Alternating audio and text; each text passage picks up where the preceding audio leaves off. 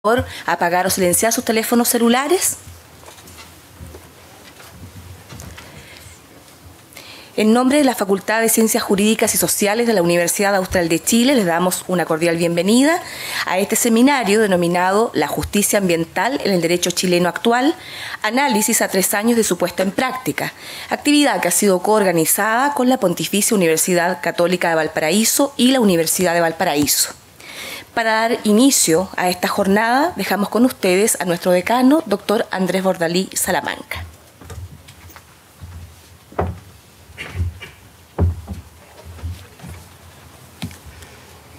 Buenas tardes a todos los asistentes, tengan ustedes un saludo.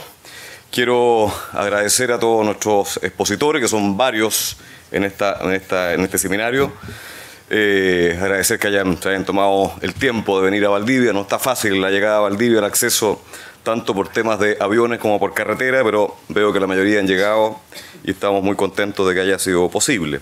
Efectivamente, como decía Alejandra, la presentadora, estamos en una actividad que es la segunda actividad que realizamos junto a la Universidad Católica de Valparaíso y a la Universidad de Valparaíso.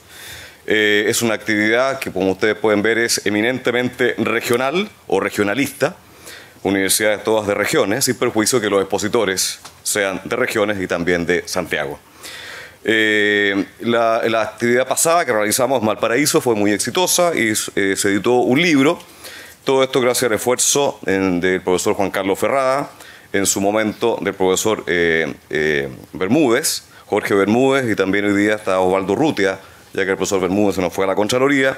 Osvaldo Urrutia, de la Pontificia Universidad Católica de Valparaíso, está en algún sentido llevando a cabo la representación de la universidad. Y también colaboramos en ese minuto con esta actividad y esperamos, si es que el profesor Ferrada y el profesor Urrutia me impulsan a hacerlo, es tratar de tener una segunda publicación al respecto. Como somos muchos las exposiciones, muchos los expositores, muchas las exposiciones, simplemente quiero dar paso al trabajo que tenemos por delante, agradecer al público asistente y sin más vamos a empezar a escuchar las presentaciones. Muchas gracias.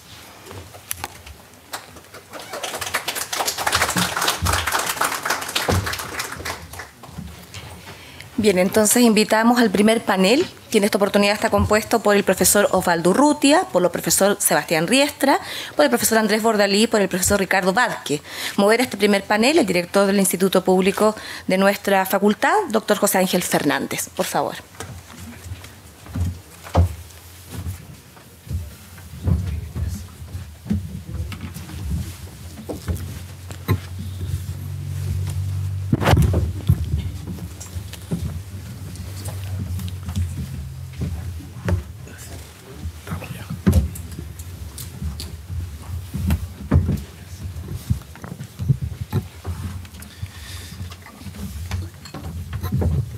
Bien, buenas tardes. Comenzamos con el primer panel o primera parte de la jornada de hoy jueves.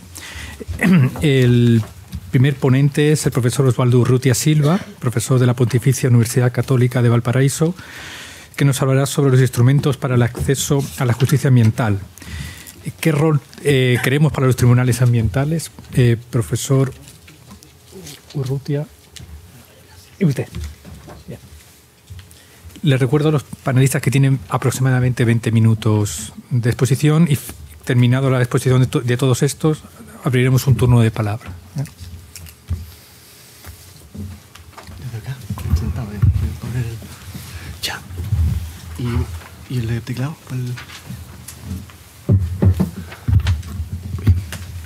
Muchas gracias.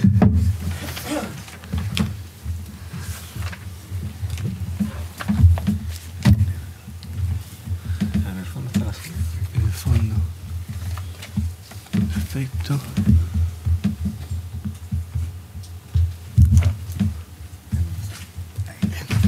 Muchas gracias. Buenas tardes a todas y todos. Y quería en primer lugar agradecer a la Universidad Austral por esta invitación y en particular al profesor Bordalí por estar todos acá. Y seguimos también al profesor Ferrada y a la Universidad de Valparaíso por organizar este evento. Mi presentación, en primer lugar, quiere abordar una cuestión de carácter más bien general, esperando que sirva como una introducción o quizás un aperitivo para la discusión que viene durante los próximos días, hoy día y mañana, por cierto. Y tiene que ver con el rol que queremos para los tribunales ambientales. Me gustaría invitar a la reflexión acerca de, y en un sentido también crítico, sin dejar de lado los aspectos positivos, por cierto, que he tenido hasta ahora, la nueva institucionalidad ambiental. Para hablar de resumir lo que quiero proponer hoy, quiero partir con una pequeña analogía, más bien este árbol. Si ustedes se fijan en la definición de medio ambiente de la ley de bases, yo la veo, o quizás es posible verla más o menos así, digamos. Es una definición amplia, que incluye desde luego tanto lo ambiental estrictamente, como también lo cultural, en todas las cosas, digamos. Pero cuando vamos a la administración pública, en competencia ambiental, o más bien los órganos regulatorios, hay algunas cosas que ya no están tan claras. En materia de cambio climático no tenemos una institucionalidad global, digamos, en materia de residuos, también competencias fragmentadas, en fin. Pero en general el árbol sigue más o menos igual. Pero la cosa cambia cuando hablamos de la institucionalidad ambiental. Y ya tenemos algo mucho más acotado que lo ambiental. Y esto a mi juicio se pone un poco más difícil cuando hablamos de lo que están conociendo los tribunales ambientales. O más bien de la competencia de los tribunales ambientales. Y nos quedamos con el árbol más bien bastante lejos de la definición de medio ambiente, a mi juicio. Y yo creo que el potencial de los tribunales y en general de la institucionalidad ambiental es más o menos como esto. No quiero decir con esto que sea exactamente igual a la definición de medio ambiente, ni exactamente igual a una definición transversal, digo, de todas las autoridades con competencia ambiental, pero es algo que ciertamente no es lo que hoy día tenemos. Lo que quiero decir es que puede ser quizás mejorado o puede haber una reflexión acerca de esta particular arista que es la competencia y el acceso a la justicia ambiental. Déjenme darles dos ejemplos de lo que intento decir antes de entrar en materia. Primero, que es seguramente conocido acá, sí, esos son salmones muertos, están todos de guata, si ustedes lo ven, están muertos, no hay duda. Cuando les muestro la segunda lámina quizás les suena un poquito más familiar. Esto no pasó muy lejos de acá. Este es el vertimiento de salmones muertos debido a la mortalidad que ustedes bien conocen. Si estamos en Valdivia están al tanto de los devenires de la industria salmonera. El punto de vertimiento está aproximadamente a 60 millas náuticas de Ancud. Fueron alrededor de 4.000 toneladas de salmones muertos. Si alguien lo piensa desde afuera, estos vertimientos dumping, esto está regulado por un tratado internacional, la Convención de Londres y el Protocolo de Londres, de los cuales Chile es parte. Si usted va a cualquier foro internacional, esto es derecho ambiental puro y duro. Puro y duro. ¿No debería ser esto conocido de alguna forma por el Tribunal Ambiental? Y fíjese que lo único que puede el Tribunal hoy día conocer, de acuerdo a su ley, es una demanda de daños. Pero y la pregunta, ¿y la autorización administrativa para hacer esto no es un acto ambiental? ¿No debería ser conocida su legalidad o no, o su mérito o no, por un tribunal ambiental? La verdad es que esto hoy día no está en la competencia ambiental, o en principio no está, en principio. Es un ejemplo de hace un par de semanas, creo que por su actualidad creo que valía la pena mencionarlo al menos. De hecho, intervino una autoridad con competencia ambiental, la Directemar. Partamos por ahí. Segundo ejemplo, esto a usted le suena, menos los que somos de la quinta región, lo conocemos muy bien. El buque que está arriba se llama Mimosa, y eso quizás ya le suene. Esta es la playa de Quintero, hablamos del derrame en Quintero de NAP. La verdad es que más allá del impacto del daño ambiental, esto derivó en varios tipos de responsabilidades. Aquí están todas las responsabilidades medidas penales, administrativas, disciplinarias, ambientales, etc. Pero si uno se fija bien, fíjese que la causa por daño ambiental, ambiental, que fue interpuesta por la Municipalidad de Quintero, el tribunal se declaró incompetente para conocer esa demanda. Había cuenta que habría una norma particular en la ley de navegación, el decreto ley 2222 del 78, que le daría competencia a un ministro de Corte de Apelaciones para conocer de esta materia. La verdad es que yo no quiero decir con esto que el tribunal ambiental no tenga la razón del todo, pero me parece que es un argumento al menos discutible. Y solamente lo voy a resumir en la sencilla razón de que cuando se crea la ley de navegación, el daño ambiental, en estricto sensu, no existía. No estaba considerado. La ley de navegación pensaba en el daño civil, en la reparación del daño, punto. ¿No debería el daño ambiental conocerlo el tribunal ambiental? Pregunta. Y en segundo lugar, la sanción de la investigación sumaria administrativa, la famosa ISA. Esta es la sanción que aplica la autoridad marítima a los responsables administrativos del derrame. Esta sanción no pudo llegar al tribunal ambiental. no pudo llegar, porque el tribunal también se declaró incompetente. Entonces, al menos en estos 3 casos que en el fondo quiero mostrar, que son preguntas que yo creo que cualquier persona de la calle se haría, o sea, eso es sentido común. 2 de los casos relevantes ambientales, quiero decir, con más impacto mediático, me atrevo a decir que más que todos los casos de termoeléctrica de los últimos años, más mediáticos, no lleguen al ambiental, no lleguen. Entonces, ¿cuáles son, en breve, los postulados que quiero hoy día compartir y tal vez discutir? Insisto que esto no estoy diciendo que tengan la razón ni nada, simplemente son preguntas que creo que al menos merecen ser discutidas. Eso es todo lo que estoy planteando. Sin duda, las leyes 20.417 y 20.600 son un avance sustantivo en el marco jurídico ambiental en Chile para una mejor protección ambiental. Eso no hay duda. Sin embargo, todavía creo que hay aspectos que dificultan o entraban el acceso a la justicia ambiental. Y en particular en la judicatura especializada. Cuestiones que son, creo que fácilmente constatables. En primer lugar, bueno, todavía no tenemos los tribunales ambientales instalados del todo, ¿cierto?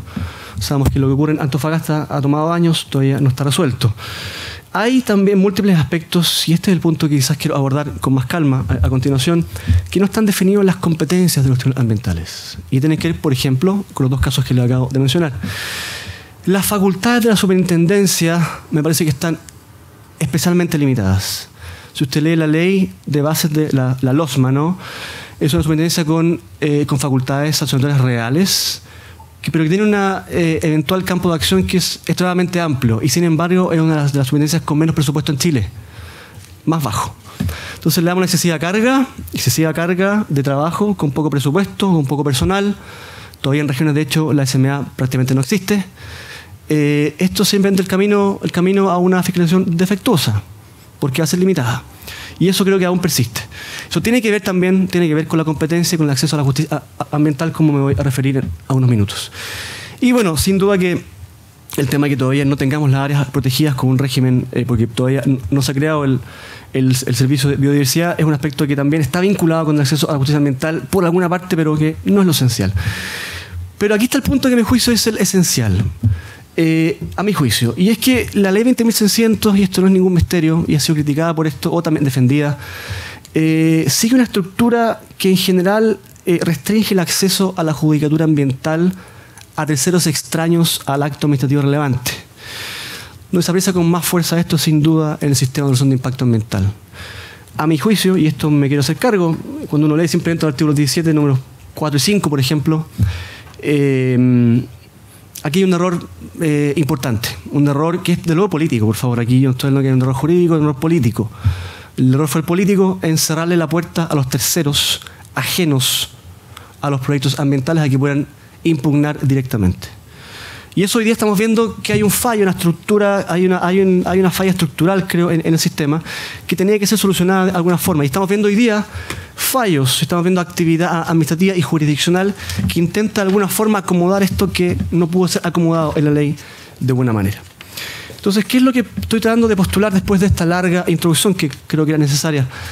Que hay espacio para interpretar las normas de la ley 20.600 de una forma distinta, de manera que mejoren el acceso a la justicia ambiental y especialmente en favor de terceros que han sido ajenos a un acto administrativo que puede afectar sus derechos o sus intereses, y también ahí donde hay un fin público que debe atenderse, por ejemplo, un acto ilegal.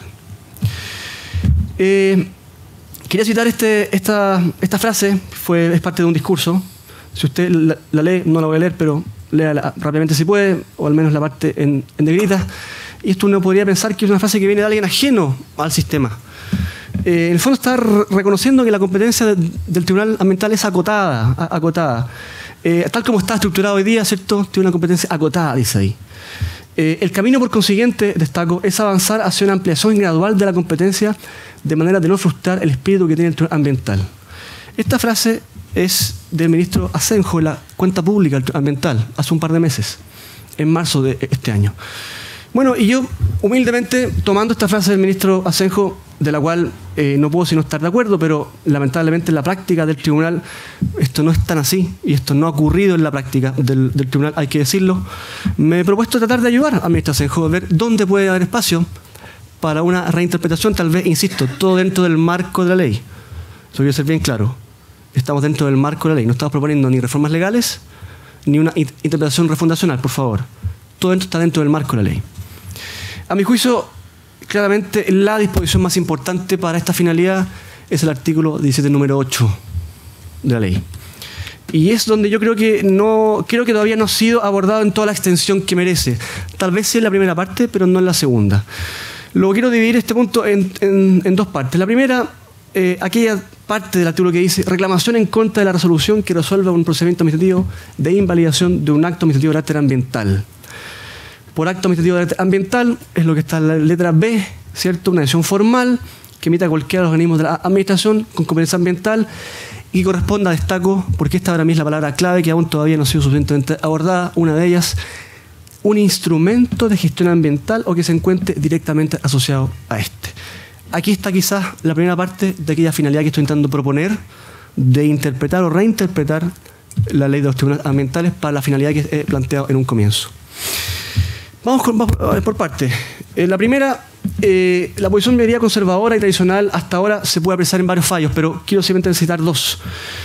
El orden 66 de 2015 y 62 de 2015, el primero es de una asociación gremial de pescadores contra el SEA, que tiene que ver con el proyecto de Puerto Cruz Grande, un proyecto de CAP en la cuarta región, y el 62 2015 ENAP con Directemar. Esta es una sanción. El primero está dentro del marco de la evaluación ambiental del CIA. El segundo tiene que ver con el caso que les comenté al comienzo. Es una sanción que aplica la Directemar a ENAP, y ENAP la impugna ante la Directemar, pero después la impugna para intentar llegar mediante la invalidación al tribunal ambiental y el tribunal se declaró incompetente. Solamente, y más allá de criticar o no los fallos, insisto que no es mi intención directamente ahora, simplemente quiero constatar un poco la posición del tribunal en esta materia. Básicamente se puede resumir un poco en los 4 puntos que están ahí. Primero, la reposición no es una invalidación. En ambos casos, el particular llegó con una reposición en la cual pedía la nulidad del acto, la invalidación. Una reposición, en fondo, como un vehículo, ¿cierto? Un auto, si usted quiere, en el cual dentro del auto va una solicitud de invalidación, un continente que lleva un contenido, si usted quiere. Eso es lo que el particular alegó, una solicitud, ¿cierto? Una reposición, el instrumento y con ella la solicitud de invalidación, de un acto ilegal. Pero el tribunal dijo, la reposición no es una invalidación, la recurrente presentó una reposición del artículo 59 y no es la invalidación del artículo 53 de la Ley de Bases de Procedimiento, y no se da el supuesto fáctico, y esto vengo fáctico textual, dijo, en el segundo caso, 62-2015, del artículo 17, numeral 8, es decir, aquí no hay un procedimiento administrativo de invalidación. Por lo tanto, el tribunal es incompetente. Y básicamente que, como la suma del escrito era reposición, el tribunal señala básicamente que se trata de una reposición. No importa que el tribunal haya dicho, que el recurrente haya dicho que aquí está recurriendo por razones tanto de mérito como de legalidad. No. Para el tribunal esto fue un recurso de reposición y no una nulidad. La verdad es que en cuanto a la argumentación tengo bastantes críticas, pero creo que en razón del tiempo no voy a entrar allá por ahora. Porque el punto que me interesa destacar es que en esta interpretación tradicional, si ustedes quieren, conservadora, a mi juicio, hay novedades, pues. Hay varias novedades. Y las novedades vienen nada menos que de la Corte Suprema. Lo que usted probablemente conoce y ha leído, tal vez, a estas alturas conocido caso de Río Calcurrupe, ambos casos relacionados con acuicultura, esto no es casual. La piscicultura Río Calcurrupe, un fallo del año 2014.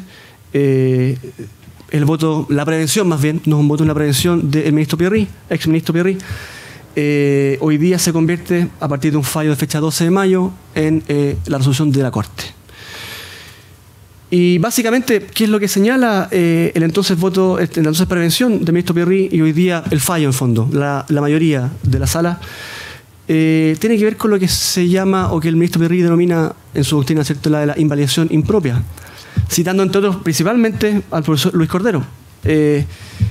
Y señala en resumen que, ahora yo no sé si la cita es textual o no, pero al menos el fallo se encarga casi de citarlo con comillas, pero en resumen, y estas ya son mis palabras, pero primero corresponde descartar que terceros interesados o afectados por el acto tengan acción directa ante el ambiental. Aquí en fondo hay un requisito que es el agotamiento previo de la vía administrativa, lo cual es bastante lógico, ¿no? La clave, sin embargo, aquí está en el artículo 17, numeral 8 de la ley, lo que el ministro Pierri denomina la invalidación impropia o invalidación recurso.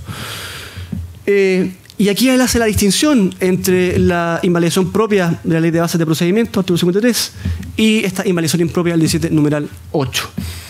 Que que lo llama en resumen, más que, o lo hace un símil incluso al reclamo de ilegalidad, de ilegalidad municipal.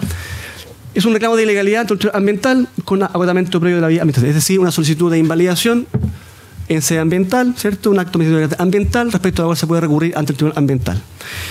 Es cierto, y aquí yo la verdad es que no concuerdo del todo con el tema del plazo. Yo no quiero ahondar acá porque sé y estoy seguro que varios de los profesores que vienen después hoy día van a abordar varias partes y probablemente van a disectar este fallo. Quiero solamente manifestar, y es el último punto, el pequeño argumento 5, que creo que hay dos consecuencias importantes acá, a mi juicio, y para los efectos que quiero hoy día tratar de transmitir o postular en esta presentación. El primero es el alcance de generalidad de este fallo. En el fondo, al crear o al reconocer, más bien al reconocer que hay una invalidación recurso, esta invalidación impropia, ¿cierto? Que en el caso en cuestión permitía a un tercero solicitar la nulidad de un acto ambiental, la RCA, y eventualmente llegar al tribunal ambiental. El fallo no lo limita al CIA, no lo limita al CIA. Yo aquí veo un potencial justamente de que esta invalidación impropia sea aplicable a cualquier acto de carácter ambiental que recaiga sobre un instrumento de gestión ambiental, cualquiera. Y eso me parece que es una contribución en el sentido de que abre la puerta, abre la ventana a terceros que han sido ajenos a un acto para poder eventualmente recurrir y llegar ante la judicatura especializada. Y en segundo lugar, me llama la atención, y en esto creo que el ministro Peri de hecho lo deja entrever, es el mecanismo para esta invalidación. Cuando habla de la invalidación recurso, y esto lo dice, no quiero decir o interdicta, pero yo diría que hasta, la verdad es que lo menciona, pero o lo deja entrever, que esto eventualmente puede ser interpuesto mediante un recurso ordinario, cualquier recurso administrativo ordinario, una reposición u otro. No estoy del todo seguro acerca de este plazo de 30 días, que la verdad es que eso podemos discutirlo, pero creo que lo relevante no está tanto en eso, sino en los dos puntos finales, que es cómo se abre la puerta a algo que antes estaba cerrado y que en la ley a una primera lectura parecería que pudiera estar cerrado. Y en cuanto a la segunda parte del número 8, me parece que tampoco se han analizado esta parte con mayor detención. Estoy seguro que a partir de la primera parte van a venir mucha doctrina, mucho comentario sin duda. Pero en esta segunda parte, y me refiero al concepto de instrumento de gestión ambiental y de acto administrativo de carácter ambiental, no ha sido del todo abordado. Me gustaría, por ahora, y en atención al tiempo, limitarme a decir que, al menos a mi juicio, y en esto sigo al profesor Bermúdez en particular, los instrumentos de gestión ambiental no pueden limitarse a la ley de bases del medio ambiente. Y de eso para mí no hay duda. No hay duda. Existen instrumentos de gestión ambiental que están desde luego fuera de la ley de bases. Y ejemplos de esto hay muchos. Hay muchos. Por ejemplo, un instrumento de gestión ambiental que a su vez contiene varios estándares e instrumentos es el Decreto Supremo 1 del año 92, el Reglamento para la Contaminación Acuática. Y que en la práctica se aplica como un instrumento de gestión ambiental. Solamente un ejemplo. Hay más, por cierto. Entonces, es perfectamente posible pensar, por ejemplo, en un recurso administrativo ordinario a través del cual un afectado, un tercero, y aquí interesado, pregunto, puede pedir la nulidad, ¿cierto? Esta invalidación impropia de un acto administrativo vinculado a cualquier instrumento ambiental. ¿Por qué no? Ahora, el problema está en definir cuál es el alcance de instrumentos ambientales, pero eso es una segunda discusión.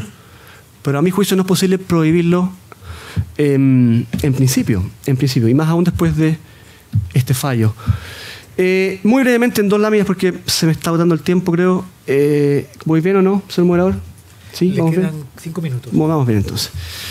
Muy brevemente, simplemente quería llamar la atención de otras decisiones interesantes en esta materia y que apuntan también a esta finalidad, o al menos a preguntarnos acerca de esta finalidad de reinterpretar las normas de la ley 20.600 para permitir tal vez un mejor acceso a la justicia ambiental. Ya he dado el primer ejemplo, que es el fallo de la invalidación impropia. Una decisión interesante, por ejemplo, del tercer tribunal, muy reciente, en causa ROL 37-2016, que es del 19 de junio. Luis Araneda y otros con comité de ministros. Aquí simplemente quiero ponerlos al tanto de esto. Todavía no tengo una opinión muy fundada, estoy todavía creo, macerando, reflexionando sobre el contenido, pero me parece interesante, muy interesante. Es decir, particularmente interesante. Es un recurso de protección que interpuso ante la Corte de Apelaciones de Santiago por terceros ajenos, comunidades mapuches, a un acto del Comité de Ministros que revocó una resolución del CEA, ¿sí?, que rechazaba un proyecto. Se rechazó un proyecto, el Comité de Ministros lo dio vuelta, dio luz verde.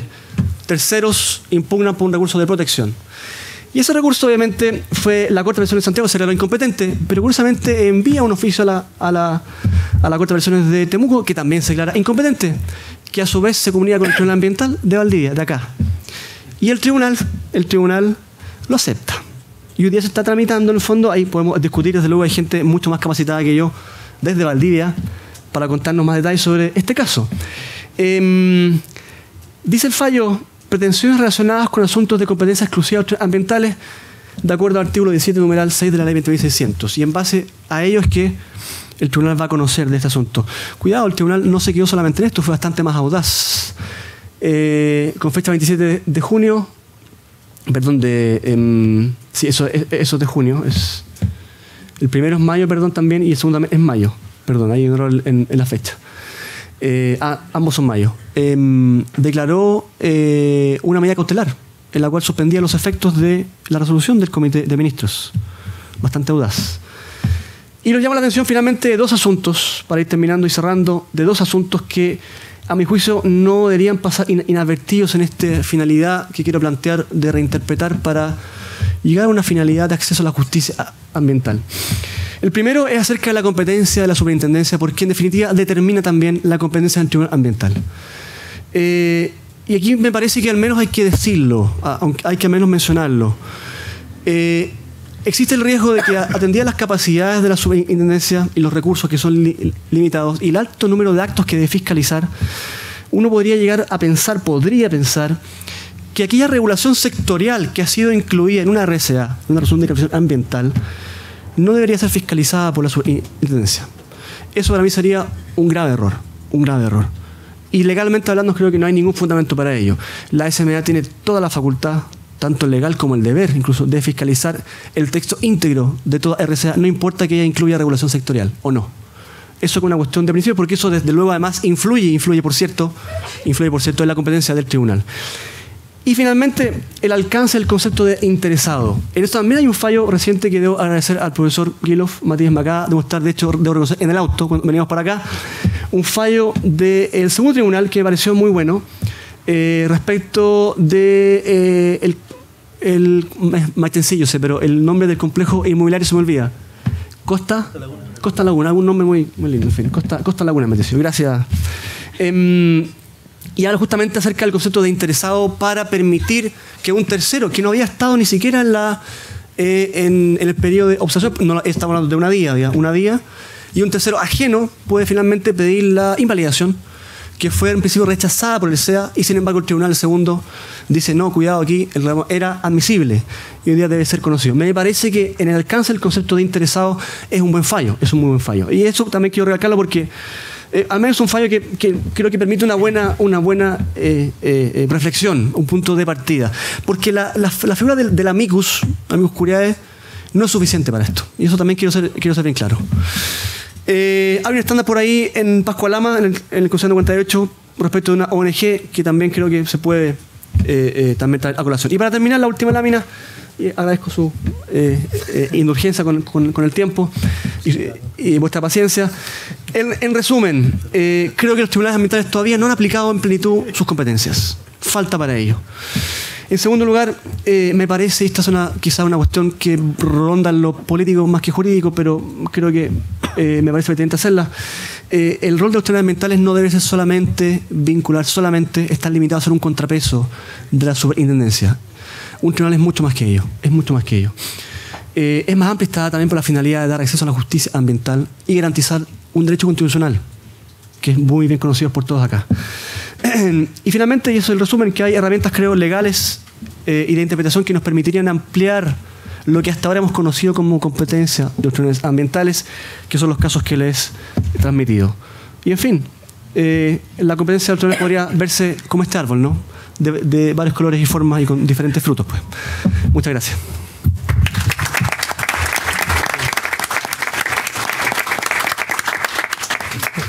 Bien, damos paso a la segunda exposición a cargo del profesor Sebastián Riestra López, también perteneciente a la Pontificia Universidad Católica Valparaíso, que disertará sobre el derecho a la tutela judicial ante la justicia especializada ambiental. Profesor Ristra, cuando usted quiera. Ok, muchas gracias, profesor. Bueno, primero los agradecimientos correspondientes al profesor Ferrada y al profesor Bordalí y al profesor Urrutia, ¿cierto?, por la invitación nuestro segundo seminario ya de esta materia, que siempre es interesante discutir estos temas, y no desde la trinchera, sino que desde un aspecto más analítico. En primer lugar, corregir el título de mi ponencia, ya que a poco andar me di cuenta de que el derecho a tutela judicial ante la justicia especializada queda un poquito grande. Le podría llamar ahora nuevas perspectivas de un ejercicio inútil, a poco andar y a poco andar del estudio de esta materia. Bueno, el objetivo de esta ponencia es develar un poco el estado actual en que se encuentra el derecho a tutela judicial efectiva. ¿De quién? De los ciudadanos. Pero respecto de qué actos, el más importante de nuestra legislación ambiental, que duda cabe, la resolución de calificación ambiental. En el fondo, ¿cómo estamos? ¿En qué estándar estamos respecto de cómo pueden los ciudadanos impugnar nosotros mismos, ¿cierto?, el control de este acto tan importante, central en materia ambiental? Esto a partir no solo de la ley, es decir, no solo a partir de los presupuestos procesales, los límites establecidos en la ley, sino que también a través de la actividad que ha desarrollado la judicatura, esta joven judicatura, y la Corte Suprema. ¿Cómo lo ha entendido y en qué etapa estamos? En eso me centraré.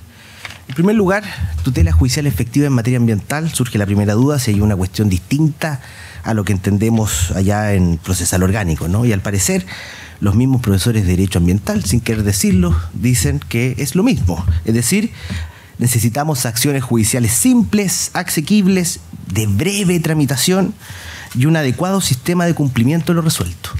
Eso es el derecho a tutela judicial efectiva en términos muy sencillos, agregando al profesor Ballestero Brañez, que debe existir una solución expedita. En el fondo, que aquí un componente distinto, que la resolución de acceder al órgano tiene que ver con una cuestión que involucre no solo los resultados individuales, sino que además colectivos, es decir, soluciones justas socialmente. Porque obviamente está comprometido un interés colectivo, que es la tutela judicial al medio ambiente. O sea, la tutela del medio ambiente, libre de contaminación. Para llevarlo al punto del contencioso administrativo, y ahí el profesor González Pérez dice que la tutela judicial se puede estar manifestada en 3 puntos: el acceso, luego en el debido proceso, o sea, en el procedimiento, y luego la eficacia de la sentencia. Esa va a ser la estructura de esta ponencia, al fin y al cabo, respecto a estos ciudadanos que quieren impugnar la RCA y el difícil camino que deben transitar para ello.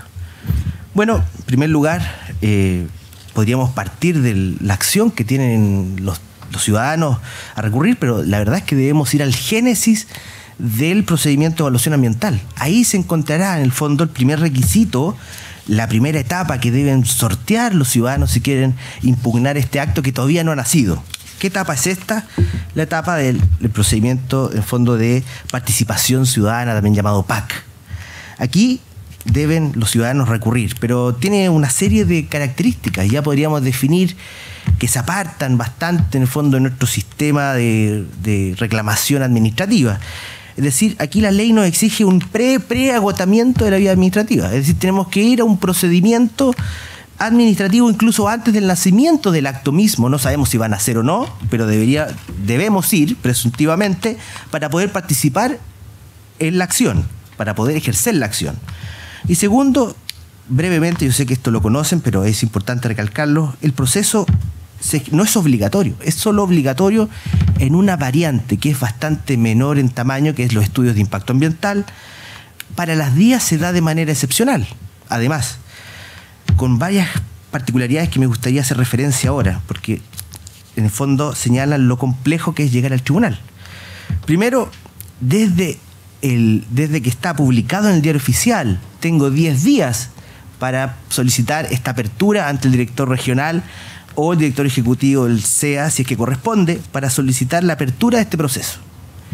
Es decir, necesito ser un ciudadano bastante atento al Diario Oficial, me imagino que aquí todos leen el Diario Oficial todos los días, para ver si existe, en el fondo, un ingreso de una declaración de impacto ambiental. Y luego saber si me va a afectar o no, o peor todavía, estar atento a la radio comunal a eso de las 2 de la mañana para saber si hay un proyecto, una termoeléctrica en mi patio. Bueno, Solicitado esto, ahora se queda un margen de discrecionalidad más o menos reglada que tampoco procede simplemente, sino que tiene que haber 10 personas que se llaman directamente afectadas por este eventual proyecto, que tienen que solicitarlo por escrito ante esta autoridad, o dos personas jurídicas ante estas autoridades, dentro de este plazo, obviamente, 10 días. Tiene que ser por escrito, como ya lo dije, y además tiene que ser respecto de ciertos proyectos que generen cargas ambientales. ¿Dónde está definido esto? En un reglamento, en el reglamento del CIA, artículo 97. Es decir, define el reglamento en qué, cuándo, bajo qué requisitos voy a poder, impone requisitos a esta legitimidad. Y cargas ambientales que no son todos los proyectos, sino que proyectos que generen beneficios sociales y ocasionen externalidades negativas a la comunidad. Es decir, una piscicultura, como decía muy bien el profesor Urrutia, estaría fuera del proceso de participación ciudadana, a pesar de que la ciudadanía lo que era en fondo ejercer dicho derecho. Nos enfrentamos ante ¿qué? Ante un presupuesto, un presupuesto del agotamiento previo, que es altamente discrecional, restringido por vía reglamentaria y que requiere, lo peor de todo, una alta diligencia de sujetos interesados, como ya lo señalábamos. Ese es el escenario. Y a partir de este requisito procedimental, nos enfrentamos que hay una distinción entre terceros o ciudadanos. Es decir, tenemos un ciudadano interviniente que fue altamente diligente y un tercero absoluto y otra tercera categoría que los podría denominar otros. Esto es una cuestión absolutamente especial. No se da a pesar, o sea, son interesados según la ley de procedimiento administrativo o las leyes de la razón, ¿cierto? Sujetos interesados que se verían afectados, pero tienen categorías jurídicas distintas antes del nacimiento del acto administrativo que pretende impugnar. Incluso puede llegar al punto irracional de que pueden ser mismos vecinos, que uno sí puede acceder y el otro no puede. Bueno, para estos intervinientes tan diligentes, que merecen todo mi respeto, por la diligencia obviamente comprobada, la tarea no es tan fácil. Hacen la observación temprana, ¿cierto? Y luego deben deducir un recurso administrativo ante el director ejecutivo o este comité de ministros, ante este comité de ministros. Y sentarse a esperar, obviamente. Pero aquí hay una particularidad. A mi entender, y de la sola lectura de la ley, la pretensión se encuentra altamente tasada. Es decir, puedo reclamar solo de la falta de observancia, falta de consideración de mi propuesta de observación en la RCA. Es decir, no puedo reclamar de cualquier ilegalidad, sino que es una determinada falta de motivación. Ya se encuentra tasada en sede administrativa y en sede judicial. Es decir, no puedo reclamar de otra observación, y el gran problema que se generaría, y lo vemos, lamentablemente son pocas las sentencias, creo que solamente una sentencia encontré que se pronuncia sobre este tema de manera muy voluntarista, por lo demás, en materia de reclamación y pretensión en el fondo acotada, que es el caso de F. Es decir, lo que tiene que hacer el tribunal, a partir de una observación que puede ser medio párrafo escrito a mano por este ciudadano, tiene que acotar su pretensión administrativa y luego judicial de ilegalidad a esos hechos. Con la sola lectura de la ley del artículo 29 en específico de la ley 19.300. Es decir, a pesar de la alta diligencia, tampoco lo tiene fácil este tercero interviniente. Luego, breve revisión respecto al tercero absoluto. Claramente no tendría acción, ni siquiera deducir de recurso administrativo, a pesar que está en conocimiento en RCA. Y así la administración lo ha dicho constantemente. Usted no tiene derecho y declara inadmisible su pretensión. Y luego estarían estos otros, difícilmente, que parecen fantasmas en el procedimiento, a pesar de que son altamente interesados, que son los siempre olvidados pueblos indígenas, los consultados, en este caso.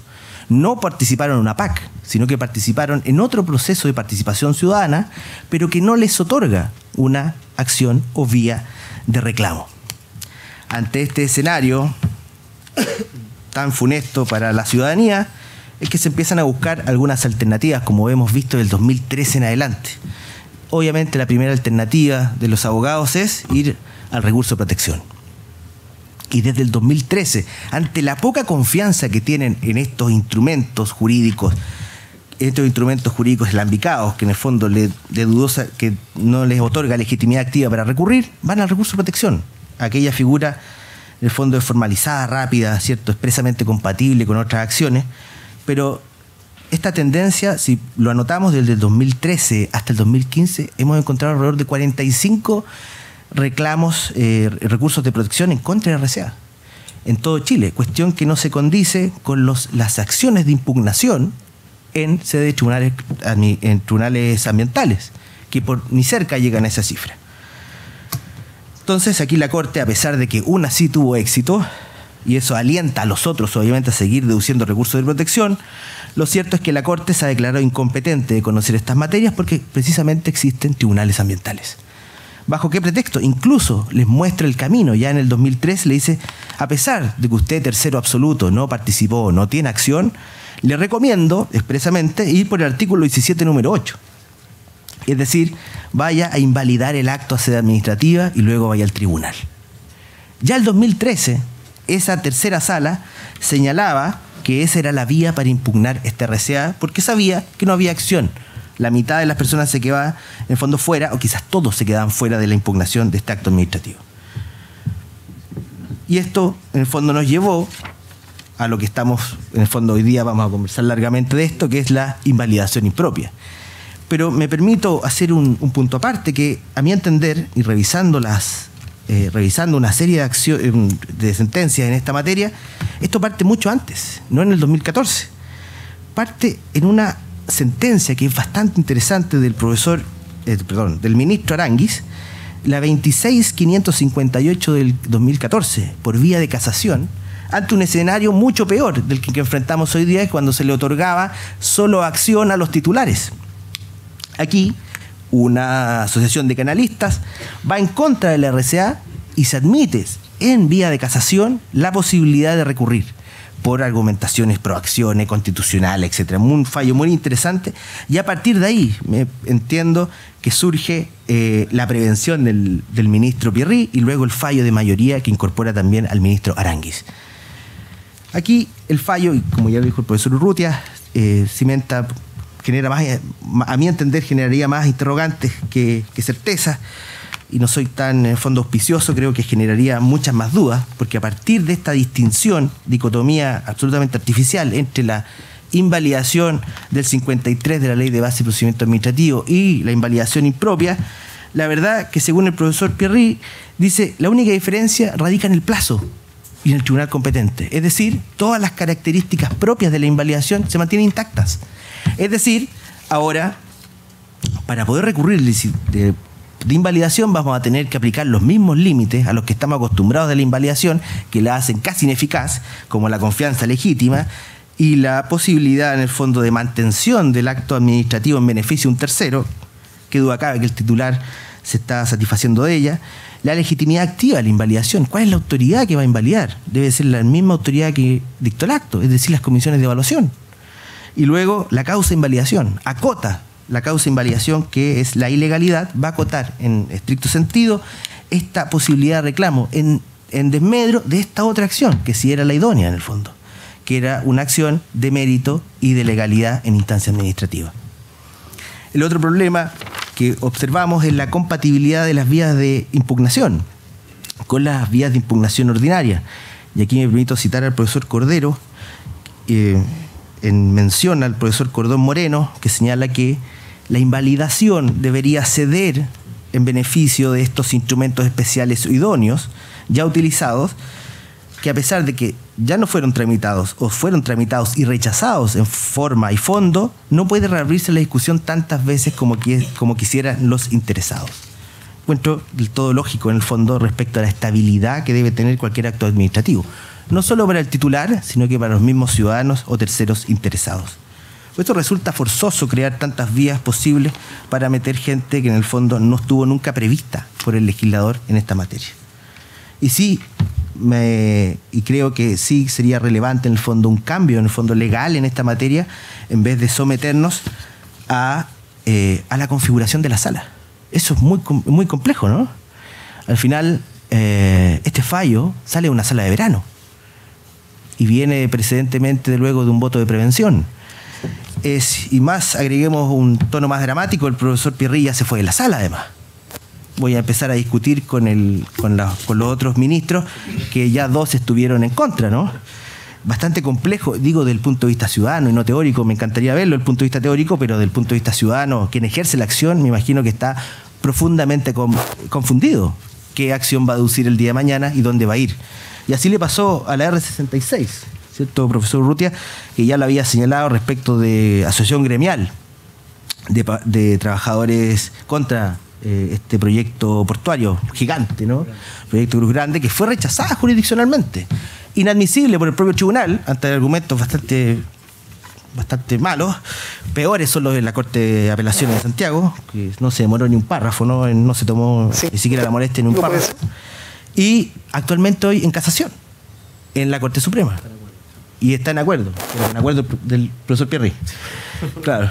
Luego existen alrededor de ya 6 acciones que han deducido, ¿cierto? Han inervolado la bandera del 17 número 8, que son la 87, la 90, la 107, 109, obviamente todas pendientes y no de resolución, que pretenden invalidar actos que ya tienen más de 2 años además. ¿Qué les va a decir la Corte Suprema? ¿Lo va a declarar extemporáneo además, nuevamente?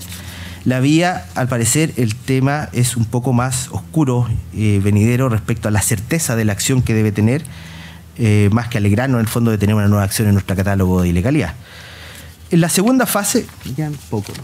5 minutos. 5 minutos. Bueno, espero extenderme más en el texto luego escrito, en las que me parecen de todo relevante, a pesar de que lamentablemente no hemos llegado ahí en materia jurisdiccional. El tema de la prueba, la igualdad de armas que debe enfrentar en el fondo esta ciudadanía frente a no solo a la administración supuestamente altamente tecnificada, sino que el mismo titular no tiene en el fondo las mismas armas, y para qué decir el tiempo de demora de espera de la ciudadanía para resolución de sus asuntos, a pesar de que sean meras formalidades hasta ahora las resoluciones de los tribunales ambientales. Y esto ya lo ha dejado un poco más claro el Tribunal de Santiago, el segundo. Hace ya un tiempo, ya en la acción de daño ambiental contra Pascualama por glaciares, y nos dice en su considerando 16º que no puede en el fondo hacerse cargo de la prueba rendida de manera negligente por las partes, es decir, de la ciudadanía, en el fondo, que estaba reclamando esto, ya que si bien este es un tribunal especial, altamente tecnificado y científico, obviamente, no puede hacerse cargo en el fondo de la irresponsabilidad de las partes en relación a la idoneidad y pertinencia de las probanzas. Y recordemos que esta acción fue rechazada precisamente por temas de prueba. O sea, si logran avanzar los ciudadanos y ya estamos en etapa probatoria, el panorama es mucho más oscuro. Y si logra pasar esta barrera y obtener una sentencia favorable, también hay problemas en la ejecución de la sentencia referido a las estrictas normas que establece el artículo 27 respecto a cómo entendió la acción de ilegalidad. Es decir, podemos estar, si leen cómo han sido entendidas además esas facultades y ese reclamo de ilegalidad, podemos llegar a un sinfín, en el fondo, un ciclo interminable de impugnaciones contra un mismo acto. Y bueno, segundo, como conclusión, al parecer, nos estamos olvidando de uno de los componentes más importantes del medio ambiente, que era precisamente las personas que lo componen. Eso.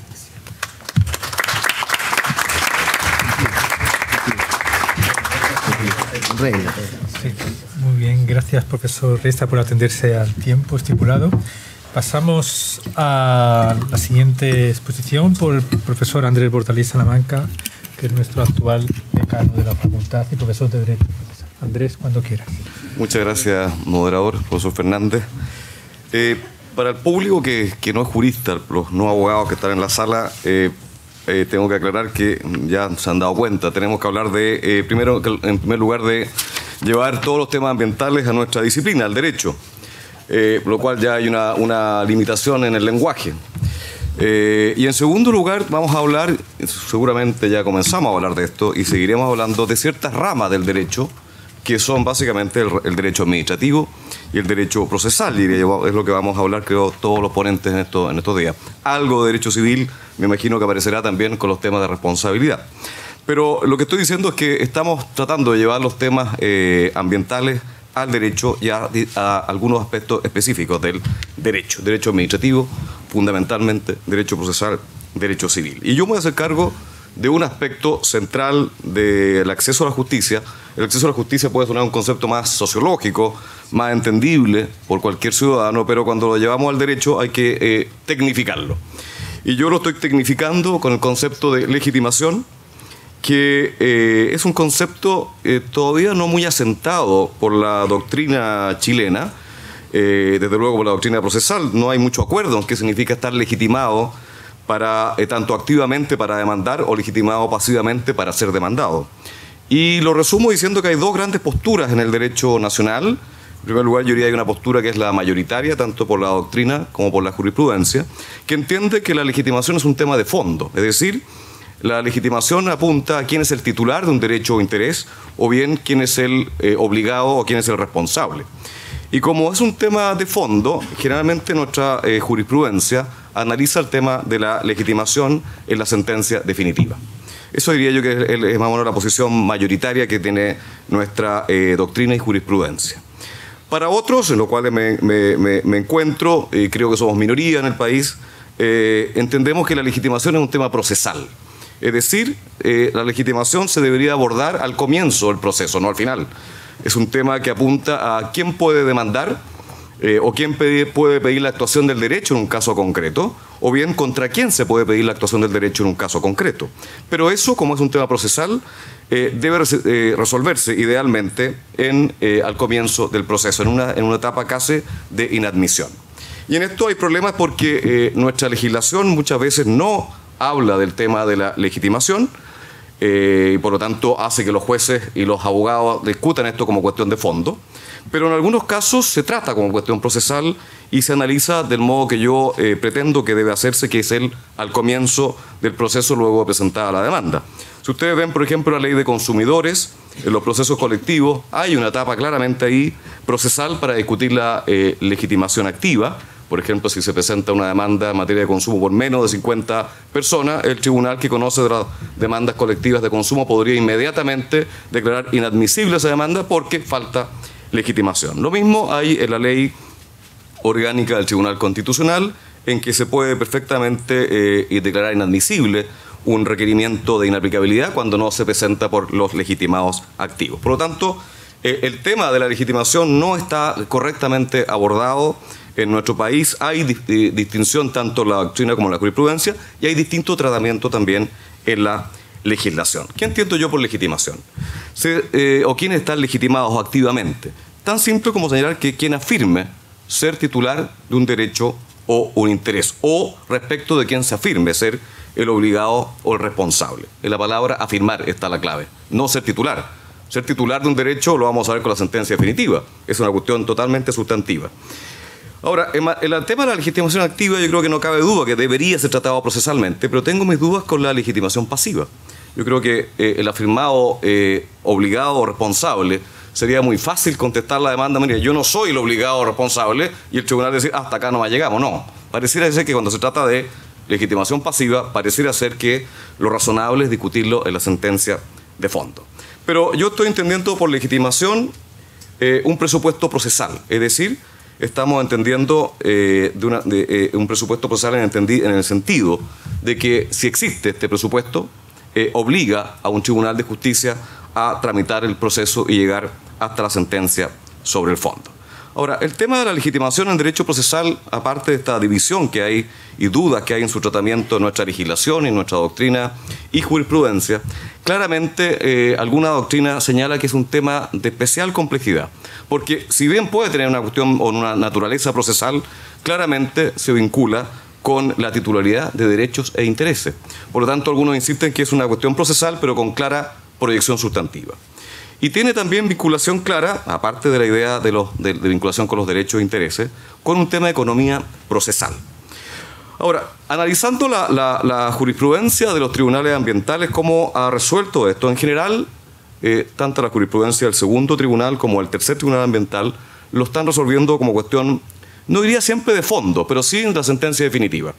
Es decir, los casos, por ejemplo, Pascualama, del segundo tribunal ambiental o la piscicultura Calcurrupe, se fallaron en el tema de legitimación en la sentencia definitiva, pero no estoy tan seguro que hayan sido una cuestión de fondo. Es decir, pareciera ser, por ejemplo, el caso Pascualama, de reparación del medio ambiente, pareciera que se discutió procesalmente en la sentencia definitiva si estaban o no legitimados o no estaban legitimados activamente los demandantes.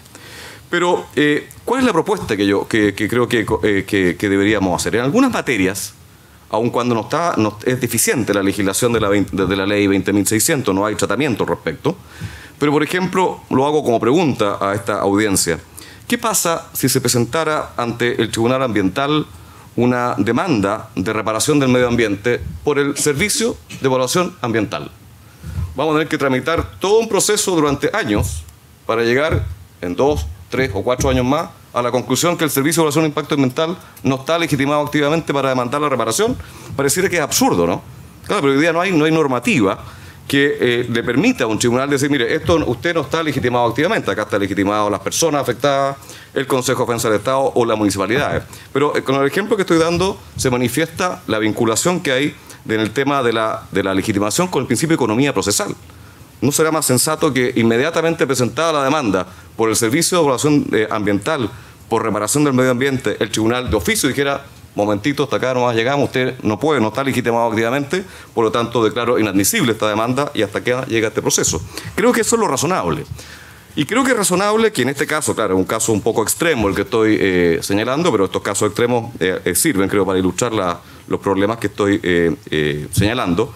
Creo que de oficio, un tribunal, creo yo, aplicando el principio de economía procesal, de oficio hoy día, un tribunal ambiental creo que estaría facultado para declarar inadmisible esa demanda presentada por el Servicio de Evaluación Ambiental en temas de reparación por el medio ambiente.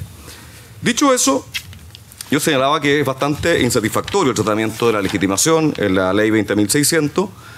Ya como se aborda en el artículo 18 creo que es bastante insatisfactorio, pues que se habla de partes, a quienes pueden ser partes, y luego se analiza quiénes están legitimados activamente. Creo que son conceptos totalmente distintos, la idea de ser parte con estar legitimado activamente.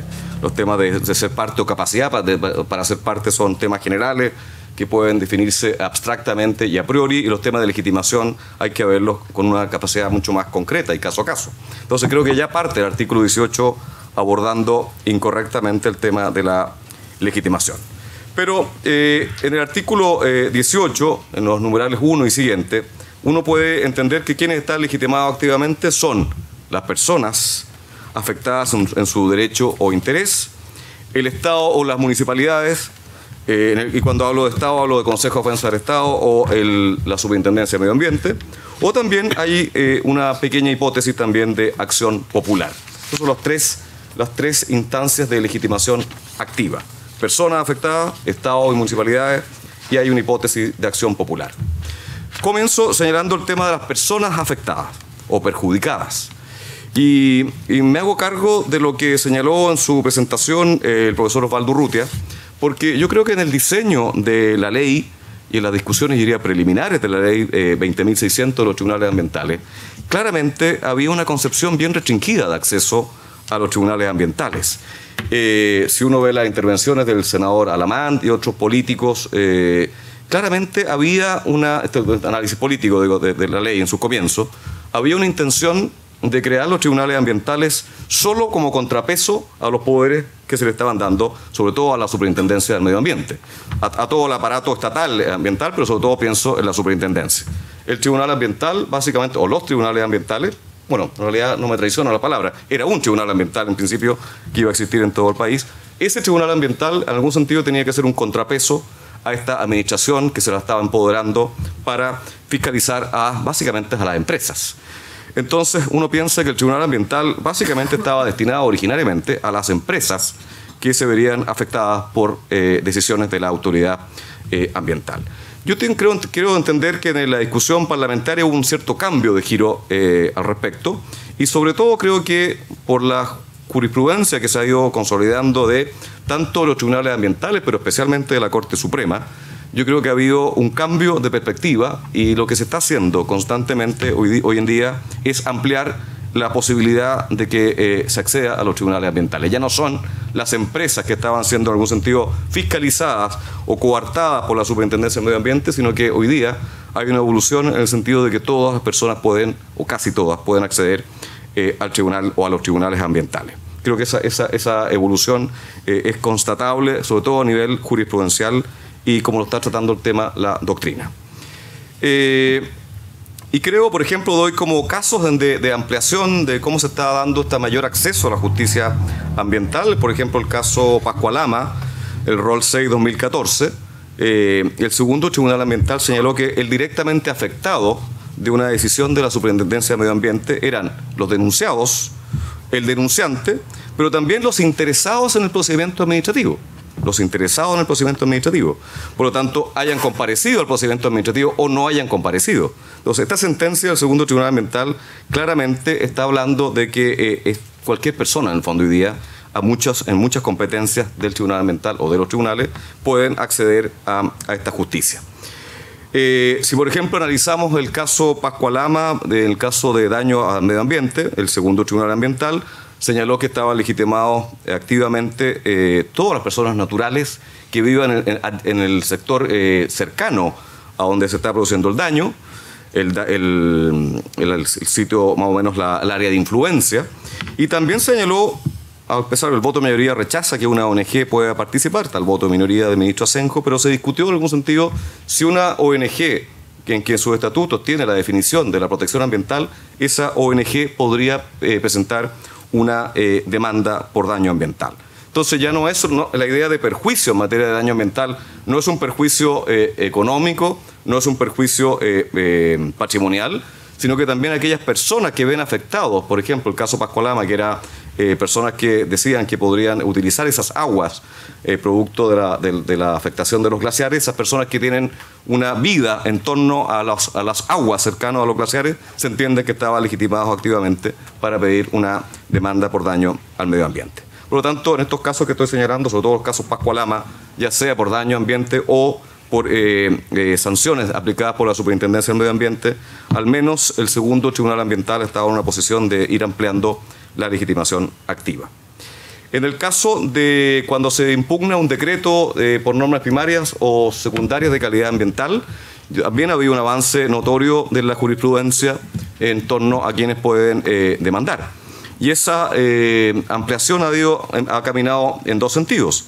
En primer lugar, ha estado dado por el concepto de ilegalidad. La ley 20.600 señala que se puede reclamar de estos decretos, estas normas primarias y secundarias, cuando estos decretos afectan o vulneran la ley 19.300 y el que reclama tiene que invocar un perjuicio. La ampliación ha caminado en el sentido que el segundo tribunal ambiental, yo creo que un poquito audaz, creo que es la forma, ha dicho que no solamente se puede impugnar esto por violación del artículo 19.300, sino que por la ley 19.300, sino que por toda la normativa ambiental. Ha señalado eso. Creo que podemos discutir después si no hay una demasiada creatividad en esta parte por el segundo tribunal. Pero en segundo lugar, ha señalado que, por otro lado, ¿cuál es el perjuicio? ¿Es solo un perjuicio patrimonial o económico? La Corte Suprema, en sentencia de 30 de septiembre del año 2015, señaló que el perjuicio para reclamar de las normas primarias o secundarias no es solo económico o patrimonial, sino que también es uno de carácter inmaterial, ya sea un derecho a la salud o un derecho al medio ambiente. Por lo tanto, claramente hay un avance ahí en la posibilidad de reclamar de las normas primarias y secundarias. Donde sí ha habido, yo diría, cierta restricción o más bien una precisión es respecto a las personas, por ejemplo, que se ven afectados por proyectos económicos o proyectos que pudiesen generar algún tipo de impacto al medio ambiente. ¿Cuál es la idea? ¿Qué hace la comunidad cuando el Servicio de Evaluación Ambiental, a través y el director ejecutivo o el comité de ministros aprueba un proyecto? ¿Qué pasa con la comunidad que se ve afectada por eso? ¿Puedo presentar una reclamación ante un tribunal ambiental? En virtud del artículo 18, número 5 de la ley 20.600, yo diría que hasta el momento la jurisprudencia es clara que ha dicho que no pueden presentar un recurso por el 18, número 5, sino que está lo que se va a empezar va a ser el tema, creo, de moda en este seminario, que va a ser la invalidación impropia. Es decir, usted no puede ir directamente a el 18 número 5, sino que tendría que ir al 18 número 7, que se abriría la puerta básicamente a la comunidad. Dos referencias muy breves porque creo que se ha tocado ya y se volverá a tocar el tema de la invalidación en propia. Efectivamente, el 18 número 5 es el 18, perdón, número 7, el 17 número 8 de la ley de tribunales ambientales, es la vía que se está utilizando para que la ciudadanía pueda acceder a la justicia ambiental para reclamar contra proyectos económicos o actividades que pudiesen afectar a los ciudadanos. Esa es una invalidación que se ha dicho, aquí se ha citado a la prevención del ministro Pierri y luego el voto de mayoría redactado por el ministro Pierri, en el sentido de que esto sería una especie de recurso especial que ya no es la invalidación propia la correcta invalidación o la tradicional del artículo 53, sino que sería una especie de recurso que estaría disponible para la ciudadanía. Ya se ha dicho acá, plazo distinto, 30 días, no 2 años, y en el caso que el acto invalidatorio sea el que invalide el acto o lo rechace o no lo haga. Es un recurso, vamos a tener que tratar esto con más detención, qué tipo de recurso el que se está creando, creo yo, a nivel jurisprudencial, pero yo creo que con fuerte componente legal. Es decir, el 17 número 8 creo yo que da bastante pie para que se cree una categoría que creo que el legislador fue parco en su tratamiento y creo que tendremos nosotros la doctrina y la jurisprudencia de determinar por configurar ese recurso. Lo que está claro es que el interés para presentar estos recursos no es un interés estrictamente ambiental. El segundo tribunal ambiental sostiene que el interés tiene una estructura completamente ambiental, este interés que tiene que reunirse en la persona del reclamante. La Corte Suprema, por sentencia de 6 de abril de 2015, ha dicho que no tiene que ser necesariamente un interés de carácter ambiental. Pudiese ser un interés de carácter patrimonial quien presente un recurso en virtud del 17 número 8 de la Ley de Tribunales Ambientales. Yo creo que es una línea, la de la Corte Suprema, que creo podría ampliar la posibilidad de reclamar ante los tribunales ambientales. Creo que es una línea interesante y creo que es la correcta. ¿Y cuál es el fin de todo esto? ¿Por qué esta interpretación es amplia? Yo creo que lo que quiere la jurisprudencia, y pareciera ser que lo que queremos nosotros, la doctrina, es básicamente acumular todos los temas y todas las discusiones, la litigación ambiental, en los tribunales ambientales. Pareciera que eso es lo que está detrás. Ya lo he dicho, y creo también los expositores que me precedieron. Todos queremos, parece, que tener una justicia ambiental especializada y queremos evitar la dispersión jurisprudencial y lograr que los tribunales ambientales, más allá que la legislación no lo haya querido en su momento, y creo que no está así todavía en la ley, pero pareciera ser que lo necesario es tener tribunales ambientales que concentren, ojalá, toda la discusión ambiental que se está dando en nuestro país. Esto significaría, siguiendo esta jurisprudencia de las Cortes en materia de protecciones, que ojalá los recursos de protección no sea el instrumento para discutir cuestiones ambientales y sean los tribunales ambientales donde discutamos todo esto. Un último comentario, podemos discutirlo después en la ronda de preguntas. ¿Qué pasa con los terceros? ¿Qué pasa con los terceros que deciden ir a los tribunales ambientales? Esta es una situación que se han presentado algunos casos en que me interesa resaltar lo siguiente. Sobre todo los denunciados, por ejemplo, en materia de fiscalización de la Superintendencia del Medio Ambiente. Claramente, cuando hay un denunciado ante la Superintendencia del Medio Ambiente, uno podría visualizar que hay un interés contrapuesto entre la Superintendencia y el denunciado. Pero cuando se reclama contra una decisión de la Superintendencia, por ejemplo, si se presentó una reclamación, se rechaza esa reclamación y luego el que denunció y fue rechazada su denuncia reclama ante un tribunal ambiental, yo diría que la posición de la Superintendencia del Medio Ambiente como sujeto pasivo, y si se hace parte el original denunciado, yo diría que ese original denunciado tiene un interés que es totalmente coadyuvante con la Superintendencia. Entonces no corresponde, creo yo, tratar a ese denunciado que salió, digamos así, fue absuelto ante la Superintendencia, que ahora concurre como tercero al Tribunal Ambiental, tiene un interés concurrente con la Superintendencia. Es un interés que es coadyuvante y por lo tanto creo que corresponde tratarlo de esa manera. Y no como tercero independiente. La verdad la discusión es un caso que hay acá en el Tribunal de Valdivia. La verdad que es una cuestión más teórica porque las consecuencias no son muy distintas de ser tercero independiente como tercero coadyuvante. Pero creo yo que conviene señalar que el denunciado ante tribunales de justicia en un caso como este que estoy mencionando puede tener un interés completamente compatible con la superintendencia y procesalmente creo que hay que considerarlos como terceros coadyuvantes. En definitiva, con lo que estoy señalando por la jurisprudencia, sobre todo creo que estamos todos observando un proceso en que, por un lado, se están legitimando cada vez más, creo, las decisiones de los tribunales ambientales, y por otro lado, creo que esa forma como se está legitimando el actuar de los tribunales ambientales, creo que está caminando por una idea de ampliar la legitimación de las personas para recurrir a la justicia ambiental, y creo que este será una senda que parece ser que continuará en el tiempo. Así lo veo yo como algo necesario y correcto. Eso es, muchas gracias.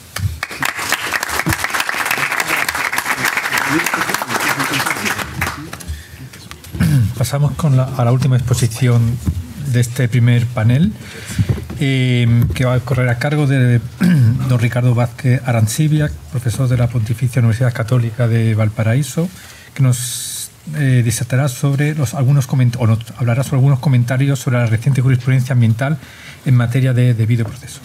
Profesor Vázquez, cuando usted quiera. Muchas gracias, moderador. Bueno, primero que todo, nunca está de más el agradecimiento a los dueños de casa, a la organización del evento. Es entretenido volver a verlo en un evento como este.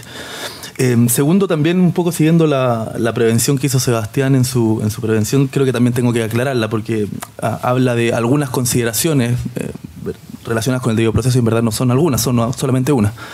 Y también a riesgo de no estar a la moda, no voy a hablar del invento de Pierre, de la invalidación impropia, así que creo que es bueno hacer esa prevención antes de comenzar. Creo que lo que me obligó, lo que me llevó un poco a tratar de abordar este tema fue precisamente la oportunidad que tuvimos hace 2 años en Valparaíso, en la que uno de los temas que expuse o traté de abordar fue el tema, entre otras cosas, el tema de la especialización. Es decir, una de las grandes banderas que se enarbolan con la institucionalidad ambiental, derivado en cierta medida de las características propias del medio ambiente y de la disciplina del derecho administrativo ambiental, del punto de vista de lo holístico, de la integración de la técnica y de la ciencia en la resolución de los conflictos. Entonces, a partir de eso, de ese derrotero que en cierta medida ha seguido el legislador en orden a especializar a los operadores jurídicos, a los intervinientes en materia ambiental, quise tratar de advertir cómo esa característica de los tribunales se ha proyectado o ha tenido cierta incidencia en la jurisprudencia de los tribunales. Es decir, cómo la especialización puede entroncar con esta precisamente o cómo se manifiesta en esta jurisprudencia. Creo que lo primero que hay que advertir o preguntarse es precisamente eso: cómo ha incidido, qué rasgos distintivos uno aprecia en esta jurisprudencia. Tradicionalmente, y creo que es bueno tenerlo presente, se ha sostenido o se le ha atribuido al carácter de la especialización ciertas bondades, así como también ciertas dificultades. Y creo que dentro de esas bondades que propicia o que favorece la especialización, en particular de los tribunales, pero también de los operadores jurídicos que intervienen en ella, está precisamente el arribar a soluciones más acertadas, o al menos eso es lo que se propugna. Dice, bueno, teniendo un órgano especializado llegamos a mejores soluciones en términos generales. Entonces la pregunta nuevamente surge, bueno, ¿qué debe hacer el operador jurídico, el interviniente en este tipo de cuestiones para llegar a una solución acertada? ¿Cómo llega a esa solución acertada? Dado que esta introducción aún no los deja muy claro de qué voy a hablar, creo que también es interesante un poco explicar antes el por qué. Creo que ha sido un tema muy recurrente en la jurisprudencia ambiental, el estándar, de cierta forma, o de la debida fundamentación o la debida motivación, como lo ha solido usar la jurisprudencia. El mismo Tribunal de Valdivia lo ha dicho explícitamente, lo ha reconocido, lo ha confesado en una reclamación 13 del 2015, en la que es un tema muy recurrente en ese foro, precisamente el grado de justificación o de motivación de las sentencias. Entonces yo creo que un poco para ingresar a ese tema es bueno un poco detectar de dónde viene esto, al menos jurídicamente. Yo creo que no debemos separar o desconectar que este deber esta obligación de fundamentar en primer término uno la puede o hunde sus raíces en lo que es el Estado de Derecho como tal, en tanto proscripción de la arbitrariedad, y también en buena medida vinculado con el control judicial que tanto Matías como Luis en su momento van a ahondar. Entonces yo ahora solamente quiero advertir o constatar eso, que esta obligación de fundamentar viene del diseño propio o ha evolucionado conforme lo hizo el concepto de Estado de Derecho. Y también creo que es importante que lo tengamos presente para efectos de determinar los destinatarios de esto, es que esta es una obligación que también es manifestación de lo que es el debido proceso. O sea, normalmente cuando uno dice o alude al debido proceso siempre piensa en las garantías más bien procedimentales o las que normalmente nosotros atendemos. Pero creo que no está de más tener presente que también esta es una garantía que asegura el justo y racional procedimiento que nos asegura la Constitución política. Si ustedes quieren, para un poco ver la residencia constitucional de esta obligación, también la podemos encontrar en la forma que nos dice el artículo 7 como condición de validez del actuar estatal. Desde ese punto de vista comparto lo de Luis en cuanto a lo sustantivo que resulta ser el procedimiento en cuanto a la decisión final. Entonces, teniendo claro eso, estas consideraciones breves que he expuesto, creo que me interesa esbozar brevemente, porque sé que el umbral atencional baja bastante después de 45 minutos, así que seré breve, sobre cómo la jurisprudencia ambiental ha abordado este tema, cómo se ha concebido este recurrente tema de la obligación de justificar y fundamentar las decisiones y qué cuestiones o criterios resultan interesantes de comentar. En términos generales, me interesa primero precisar que solamente vamos a aludir a las reclamaciones, descartando las solicitudes, las medidas provisionales y, por cierto, la incipiente jurisprudencia en materia de daño ambiental. ¿Y cuál será el propósito? Un poco detectar en cierta forma la funcionalidad, es decir, qué función cumple esta obligación en relación con el tema en el cual de alguna u otra forma me vi inserto, que es el acceso a la justicia ambiental, es decir, cómo la obligación de motivar una decisión pública en el ejercicio de un poder público por parte del operador jurídico, que en este sentido lo tenemos que entender tanto como el juez como la administración, se conecta con este acceso a la justicia ambiental. Entonces, como ha sido frecuente acudir a la debida justificación o a la suficiente justificación, argumentación, motivación, utilizándolo en términos indistintos, creo que es dable preguntarse, bueno, ¿cuándo va a ser suficiente? Creo que a cualquiera de nosotros nos interesaría saber cuándo una pretensión nuestra sometida al conocimiento, por ejemplo, del Tribunal Ambiental, va a contar con la suficiente fundamentación. No me voy a hacer cargo de las varias, vulgar o coloquialmente dicho, repasadas que le ha pegado a los litigantes, tanto el Tribunal Ambiental como la Corte Suprema, sino que solamente me voy a concentrar en lo que son las decisiones de los servicios, tanto el SEA como la Superintendencia, la Comisión y los tribunales ambientales.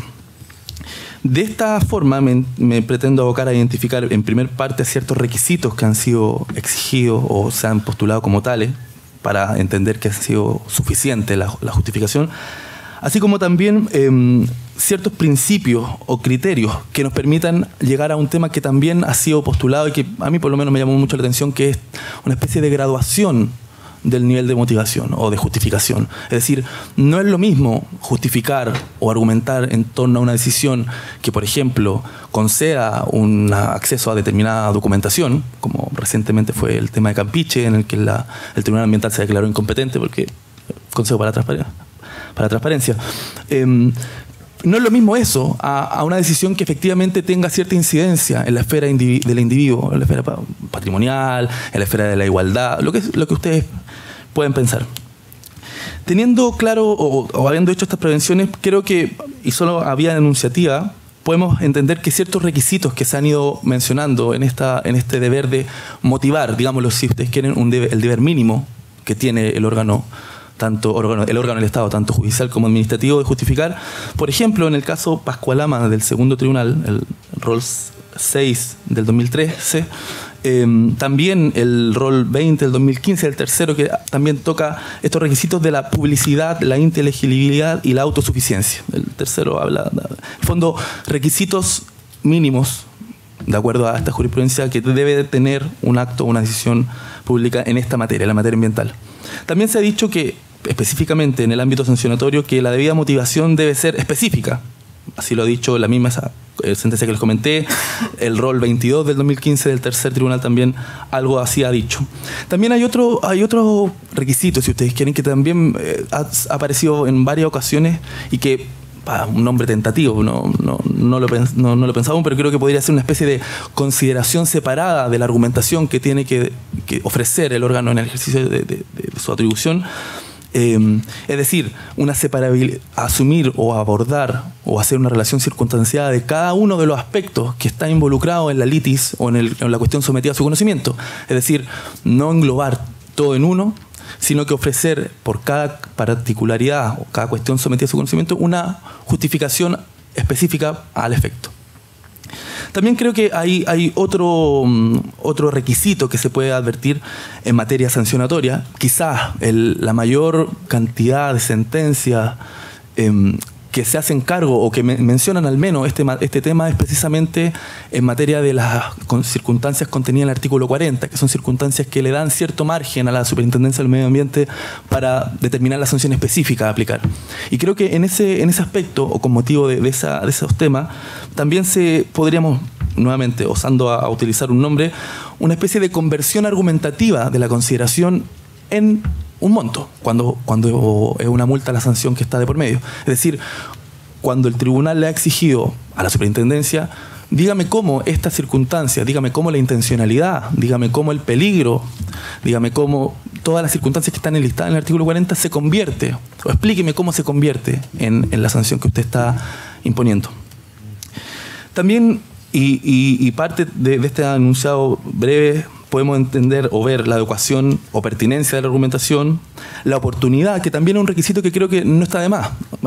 En específico en el caso Eagon Lautaro, del Tercer Tribunal Ambiental 15 de 2015, en lo que se desliza un criterio que es de suyo, propio de la obligación de fundamental, que es la oportunidad, es decir, hacerlo al momento de emitir la decisión o de dictar el acto y no posteriormente.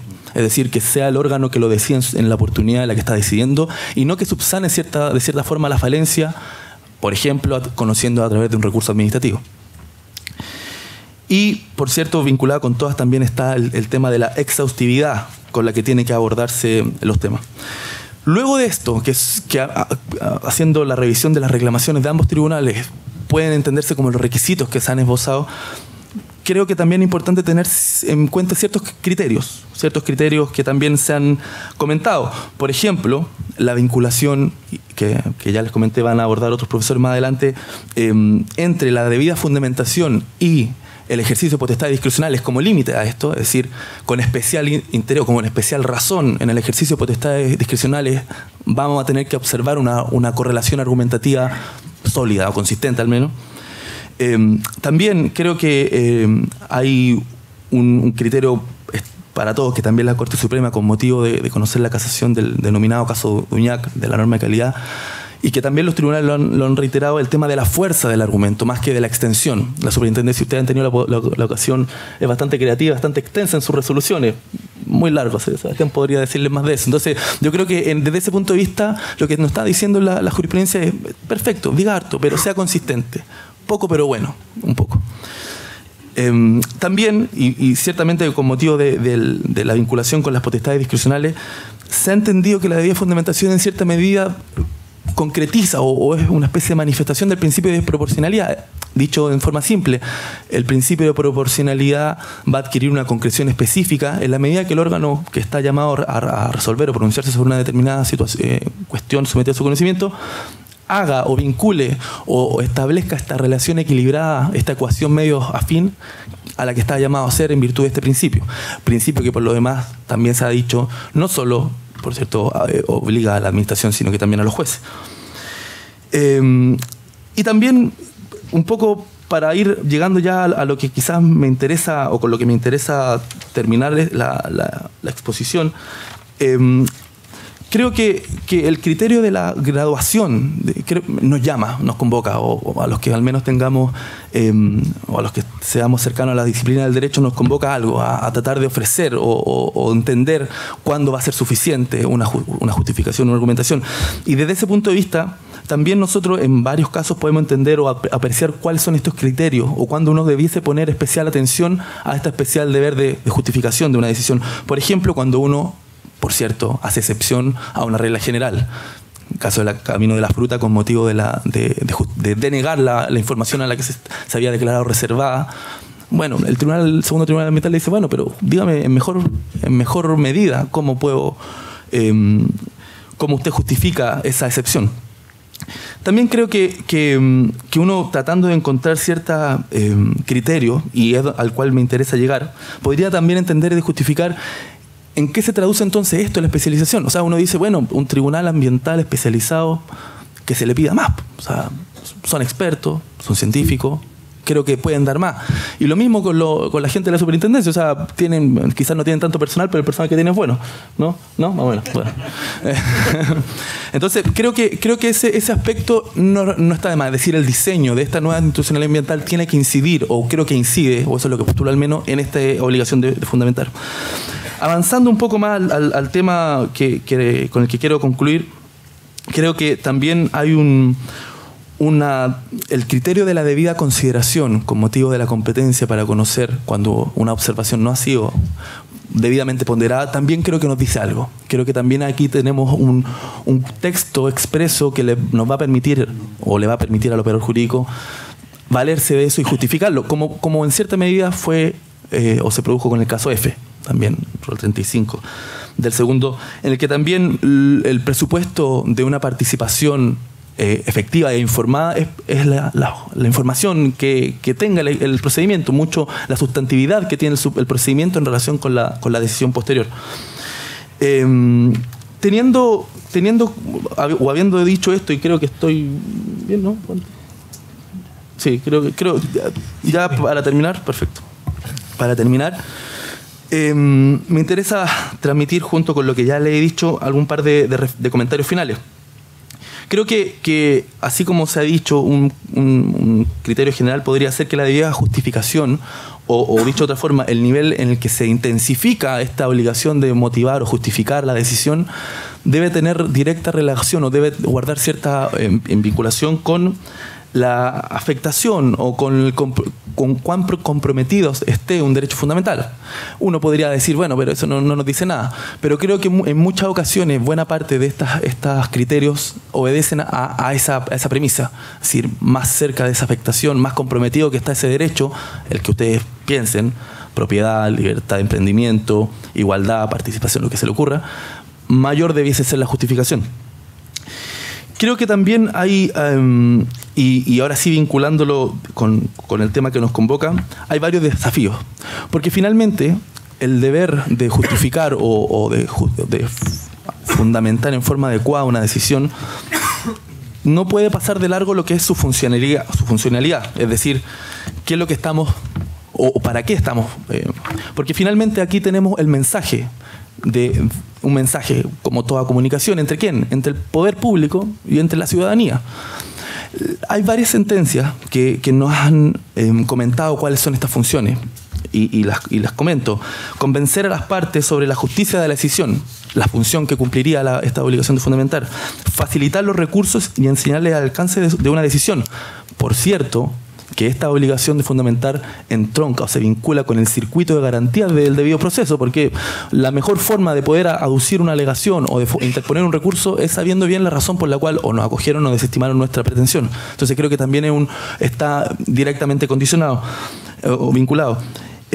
También se ha dicho por parte de esta jurisprudencia, entre varias las que ya hemos comentado, que también otorga un control más cómodo a los tribunales.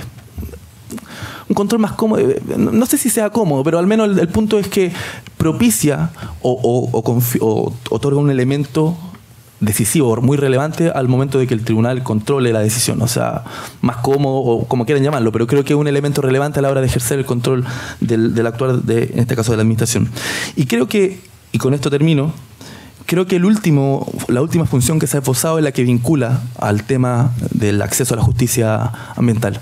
Porque ciertamente no solamente son las partes o los jueces, como dicen estas sentencias, los interesados, los concernidos en estas decisiones, sino que más aún el auditorio, la comunidad en general, el público, nosotros, los ciudadanos. Y desde ese punto de vista creo que la obligación de fundamentar tiene que lograr transmitir ese mensaje, porque de esa forma nosotros, y un poco agarrándome de un par de palabras de mis expositores previos, vamos a favorecer un lenguaje común cuando hay distintas audiencias.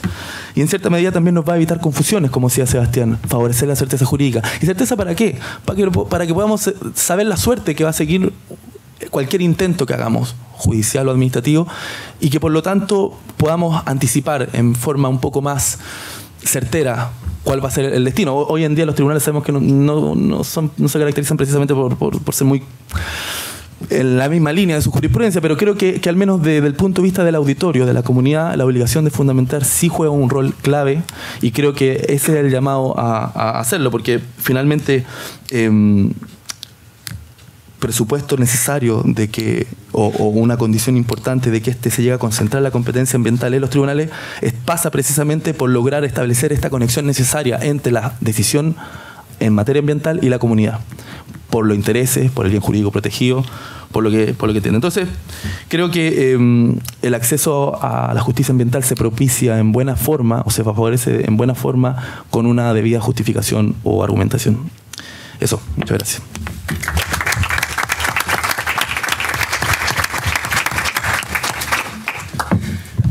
Bien, son las 18:20. A las 18:45 debe comenzar el segundo panel, así que vamos a ser lo más concisos en este turno de palabras.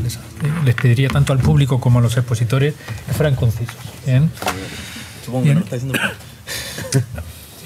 Buenas tardes. Felicitar a los expositores. La verdad es que estuvo muy interesante, muy claro. Dos comentarios. Gracias. Dos comentarios y una pregunta. Los comentarios es que efectivamente yo creo que si uno realiza un análisis actual de la ley de tribunales ambientales, evidentemente que la jurisprudencia ha coadyuvado bastante a acceder al tribunal, de alguna u otra forma. Si nosotros nos remontamos, digamos, hace 3 años atrás, cuando discutíamos esto en Valparaíso, teníamos toda una mirada bastante escéptica y crítica respecto a las competencias y respecto a la posibilidad de acceso a los tribunales ambientales. La jurisprudencia, la verdad, es que se ha dedicado a hacer cada vez más amplio las competencias y la posibilidad de acceso.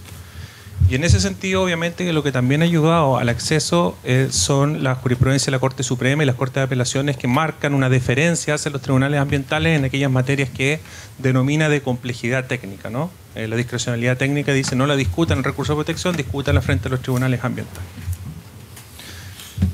Dicho eso, yo quiero hacer una pregunta específica a Ricardo, porque él habló de estándares de fundamentación en materia ambiental.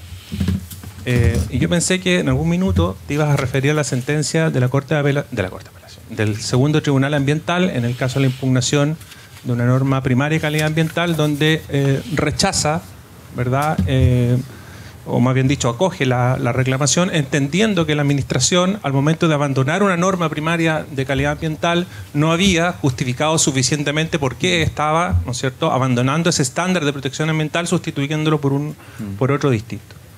Y mi pregunta va enfocado, digamos, en si existen o no estos distintos estándares de fundamentación, y además cómo conjugamos el artículo 29 de la Ley de Tribunales Ambientales, que dice que el órgano recurrido deberá informar, expresamente dice, acerca de los fundamentos y motivos del acto administrativo.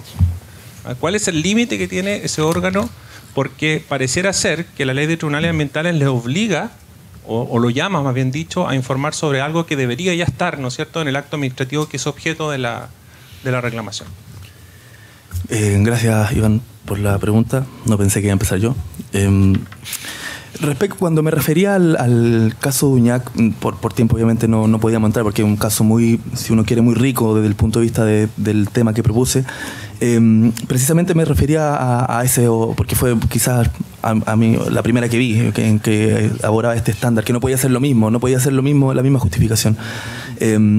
Creo que ese artículo que obliga a obligar o propiciar los fundamentos y los motivos nos dice algo. No sé si somos una cultura que está muy acostumbrada a que la ley nos diga qué hacer, o sea, en la que se propicia mucho el mandato, y en la que, por ejemplo, en el caso de la administración, quienes han tenido la posibilidad de trabajar en ella, llega en ocasiones un poco a ser demasiado literalista o estrictiva. Entonces creo que quizás es un poco consecuencia de eso, quizás una baja expectativa de lo que se podría hacer, no lo sé. Creo que sí hay muchos criterios que nos pueden ayudar a este ejercicio por lo pronto está llamado a ser la academia, pero que también los tribunales. Es decir, por ejemplo, ¿cuándo van a haber criterios certeros que nos permitan decir que un estándar de justificación tiene que ser un poquito más elevado? En el caso de la norma general, la Corte lo dice. Aquí hay un interés general comprometido, un bien jurídico de carácter colectivo, el medio ambiente, tanto para derogar la norma como para modificarla. Entonces, creo que la jurisprudencia hay ciertas nociones, no muy nítidas aún. Creo que todavía hay un llamado a los tribunales ambientales, y gracias por tu pregunta porque se me había olvidado decirlo, a dejar un poco o a conciliar precisamente esa especialidad, ese discurso especialista con este elemento de acceso a la información, o entender al menos qué me está diciendo. Yo sinceramente no entendí mucho lo que el tercero resolvió cuando agregó esas fórmulas matemáticas. Yo las vi en cuarto medio, así que no me acordaba.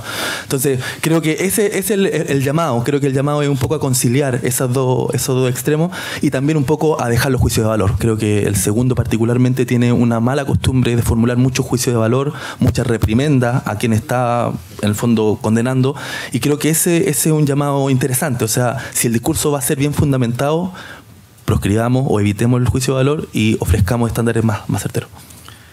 Profesor Letelier. Una pregunta también para Ricardo.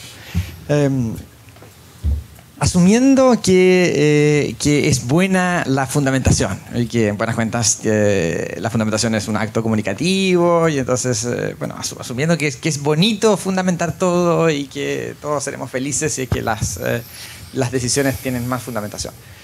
Eso yo creo que es una premisa de la cual ya todos podemos dar por sentada, y entonces lo que hay que empezar es a meterle un poquito más de presión a ese argumento. Y yo creo que una primera presión es ver si es que la exigencia de fundamentación en el procedimiento administrativo, en la decisión que resuelve el procedimiento administrativo, es realmente una manifestación de la aplicación de un principio de debido proceso al procedimiento administrativo. Yo creo que hay que tener cuidado con la aplicación de garantías o principios tan fuertes como es el debido proceso a un escenario como el procedimiento administrativo. Por una razón básica, es que salvo que entendamos que el procedimiento administrativo que el debido proceso es uno aquí en el proceso penal, es otro en el proceso civil, es otro en el procedimiento administrativo, y entonces al final ya nadie sabe lo que es el debido proceso porque nadie puede darle una forma, y entonces al final todos son matices y entonces ya nadie sabe qué es lo real. Entonces me parece que como una estructura argumentativa que nos permite avanzar como sociedad, es mejor dejar sentado que el debido proceso es el debido proceso histórico, que tiene una raíz mucho más penal, y entonces que es bueno ver cómo se aplica, qué dosificaciones tiene ese debido proceso en los otros escenarios. Y ahí yo creo que la aplicación del debido proceso en el ámbito del procedimiento administrativo es insensata. Y el hecho de que yo pida una fundamentación fuerte en la decisión sancionatoria o en la decisión del procedimiento administrativo tiene más que ver, y aquí cito al colega Lucho Cordero, que tiene mucho más que ver porque se está mirando el proceso judicial. En buenas cuentas, esa carga de fundamentación es una carga que está mirando el proceso judicial, en donde sí es correcto aplicar debido proceso. Pero no, en cambio, en una estructura procedimental como la del procedimiento administrativo, en donde una garantía del debido proceso le es totalmente ajena, y de hecho las garantías más básicas no se entenderían frustradas en ese escenario.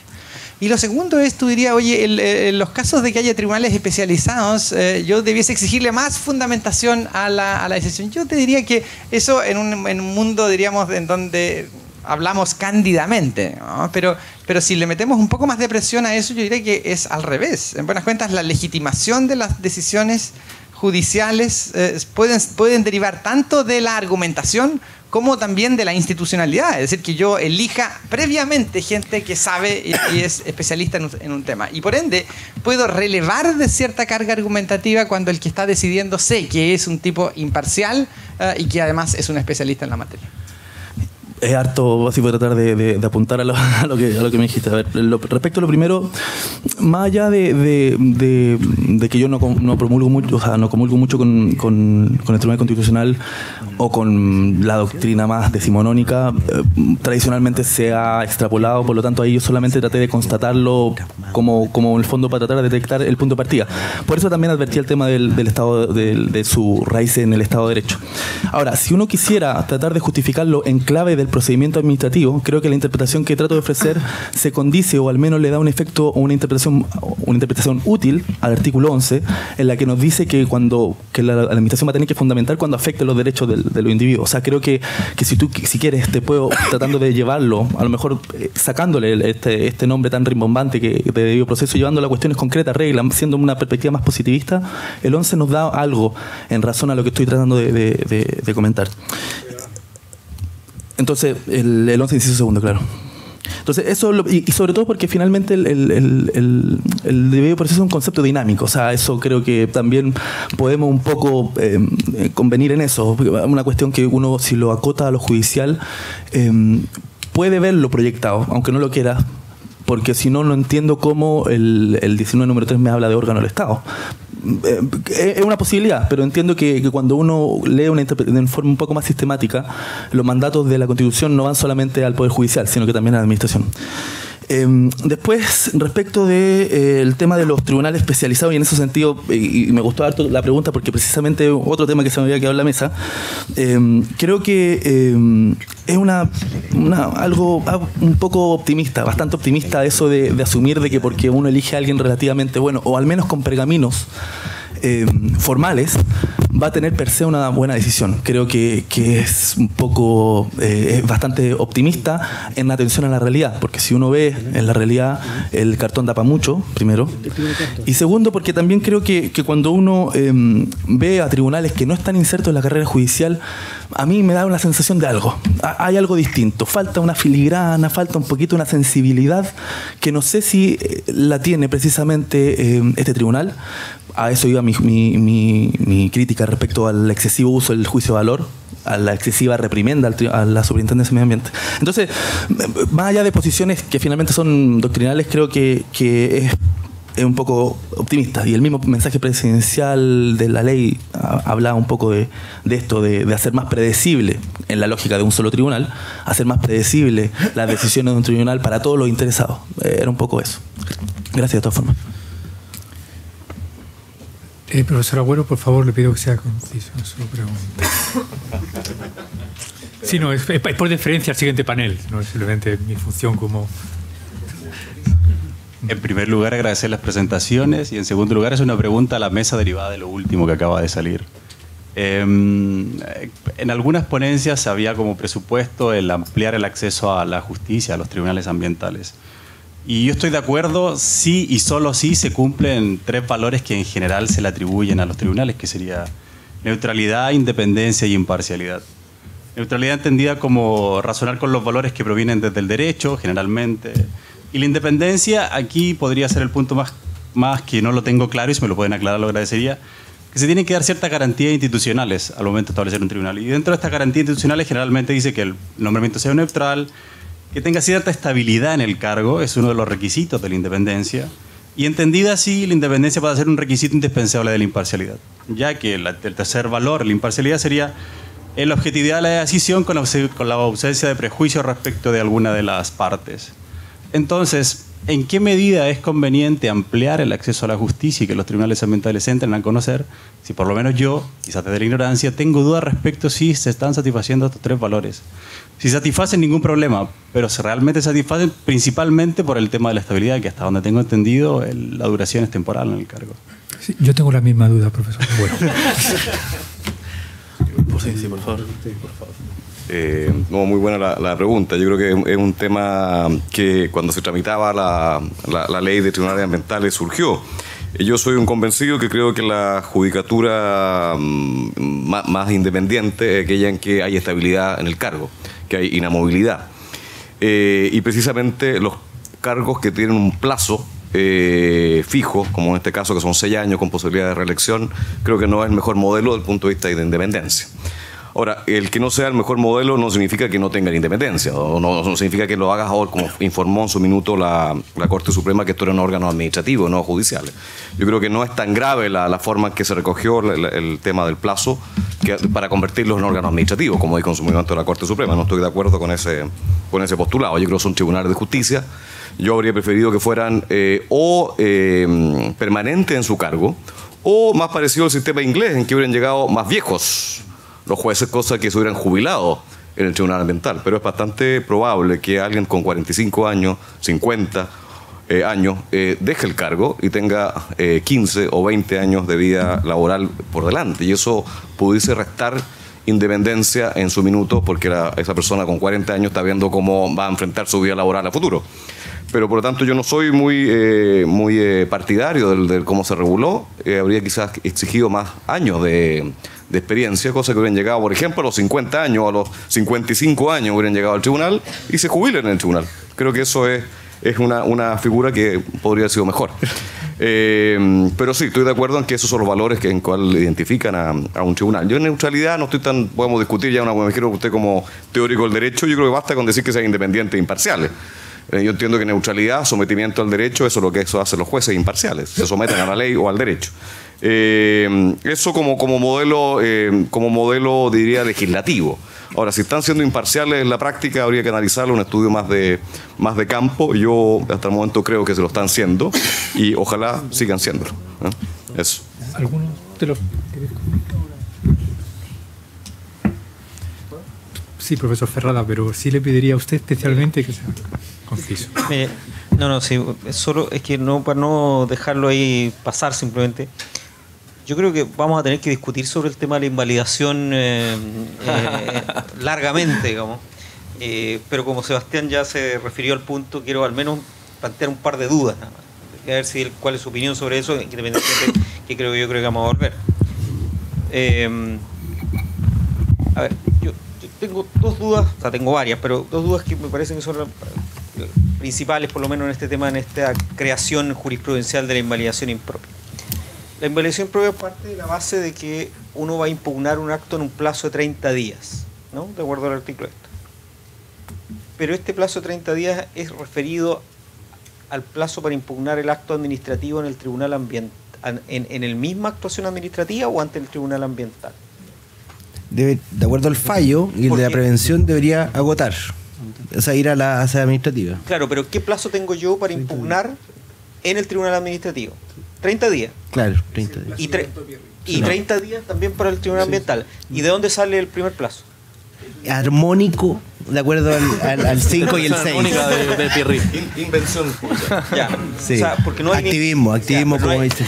Ya, pero no hay fundamento alguno para construir, o sea, salvo un tema de contexto. Solo contexto normativo que, en el fondo, hacer compatible las otras acciones contra este acto, que son los mismos, 30. Claro, el problema, de la otra exacto, acción. y el problema es que le otorga a los terceros relativos 5 días. Y a los titulares 5 días. Eso es lo más ridículo de todo, porque lo asimila a reposición.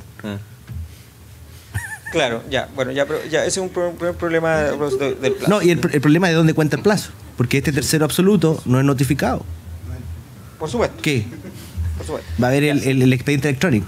Claro, pero espérate, y hay una segunda cuestión.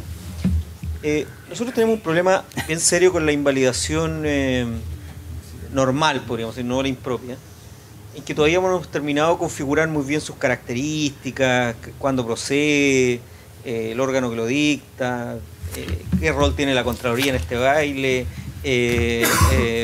cuáles son los límites, todas cuestiones que hoy día todavía están y que el profesor Javier Millar las trató brillantemente en su tesis doctoral, que lamentablemente no publicó y por lo tanto lo vamos a reprender nuevamente, pero ya algún día la publicará.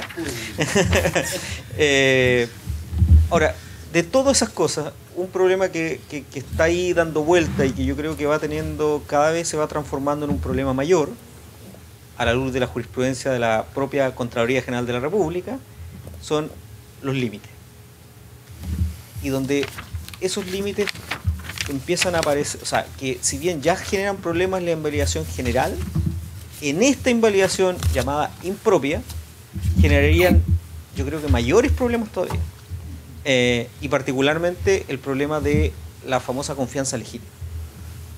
Raúl puede ir. Claro, en que tenemos posiciones distintas, efectivamente, en la doctrina, pero claro, no nos podemos hacer los lesos de que la jurisprudencia de la Contraloría avanza en un sentido determinado, que uno le podrá gustar o no, pero me pregunto es cómo va a jugar esta confianza legítima en este tipo de invalidación. Claro, bueno, también tengo las mismas dudas, pero al parecer el ministro Pierri, al tratar de diseñar esta invalidación, dijo de manera expresa, el fallo dice, es la misma invalidación, solo que la única dos diferencias es el plazo y ante quién recurre. Es decir, antes iría al juzgado civil con reglas sumarias, hoy voy al tribunal ambiental. Entonces nos deja el problema latente, es decir, los límites propios, estas creaciones doctrinales, ¿cierto?, de hechos, situaciones jurídicas consolidadas, derechos adquiridos a partir de actos autorizatorios o el límite del ejercicio de la confianza legítima. Es decir, existirían límites mayores del reclamo de ilegalidad que estaríamos en el otro acto de competencia. Bien, por deferencia al profesor Cordero, y terminamos ya. Yo no me quiero hacer cargo de todo el muerto, pero voy a decir una sola cosa. La hipótesis que coloca Juan Carlos es imposible que se dé en el caso de invalidación impropia, porque lo que hizo Pierri fue inventar un reclamo de ilegalidad con agotamiento de vía administrativa previa. Si la racionalidad de la invalidación es una vez que el acto administrativo está dando vuelta, la hipótesis de haber consolidado algún efecto no es posible en el caso de la invalidación impropia. Pierri inventó un recurso única y exclusivamente con la finalidad de que existiera la posibilidad de que un tercero distinto al procedimiento pudiera reclamar con un plazo de reclamo de ilegalidad. No es más que eso, y es menos que eso. Lo que pasa es que las hipótesis es como efecto dominó. ¿A cuántas cartas va a votar? No lo sé. Pero en rigor, para tu pregunta, mi opinión sería que la hipótesis de límites no se daría, porque normalizó un recurso administrativo, pura y simplemente. O sea, habría una tercera diferencia entre invalidación. Es que yo creo que esa es una diferencia por efecto. Pierri está pensando como si estuviera diseñando la norma. Por algo criticaba tanto al legislador también. Así, obvio. Muy bien, estamos por finalizado este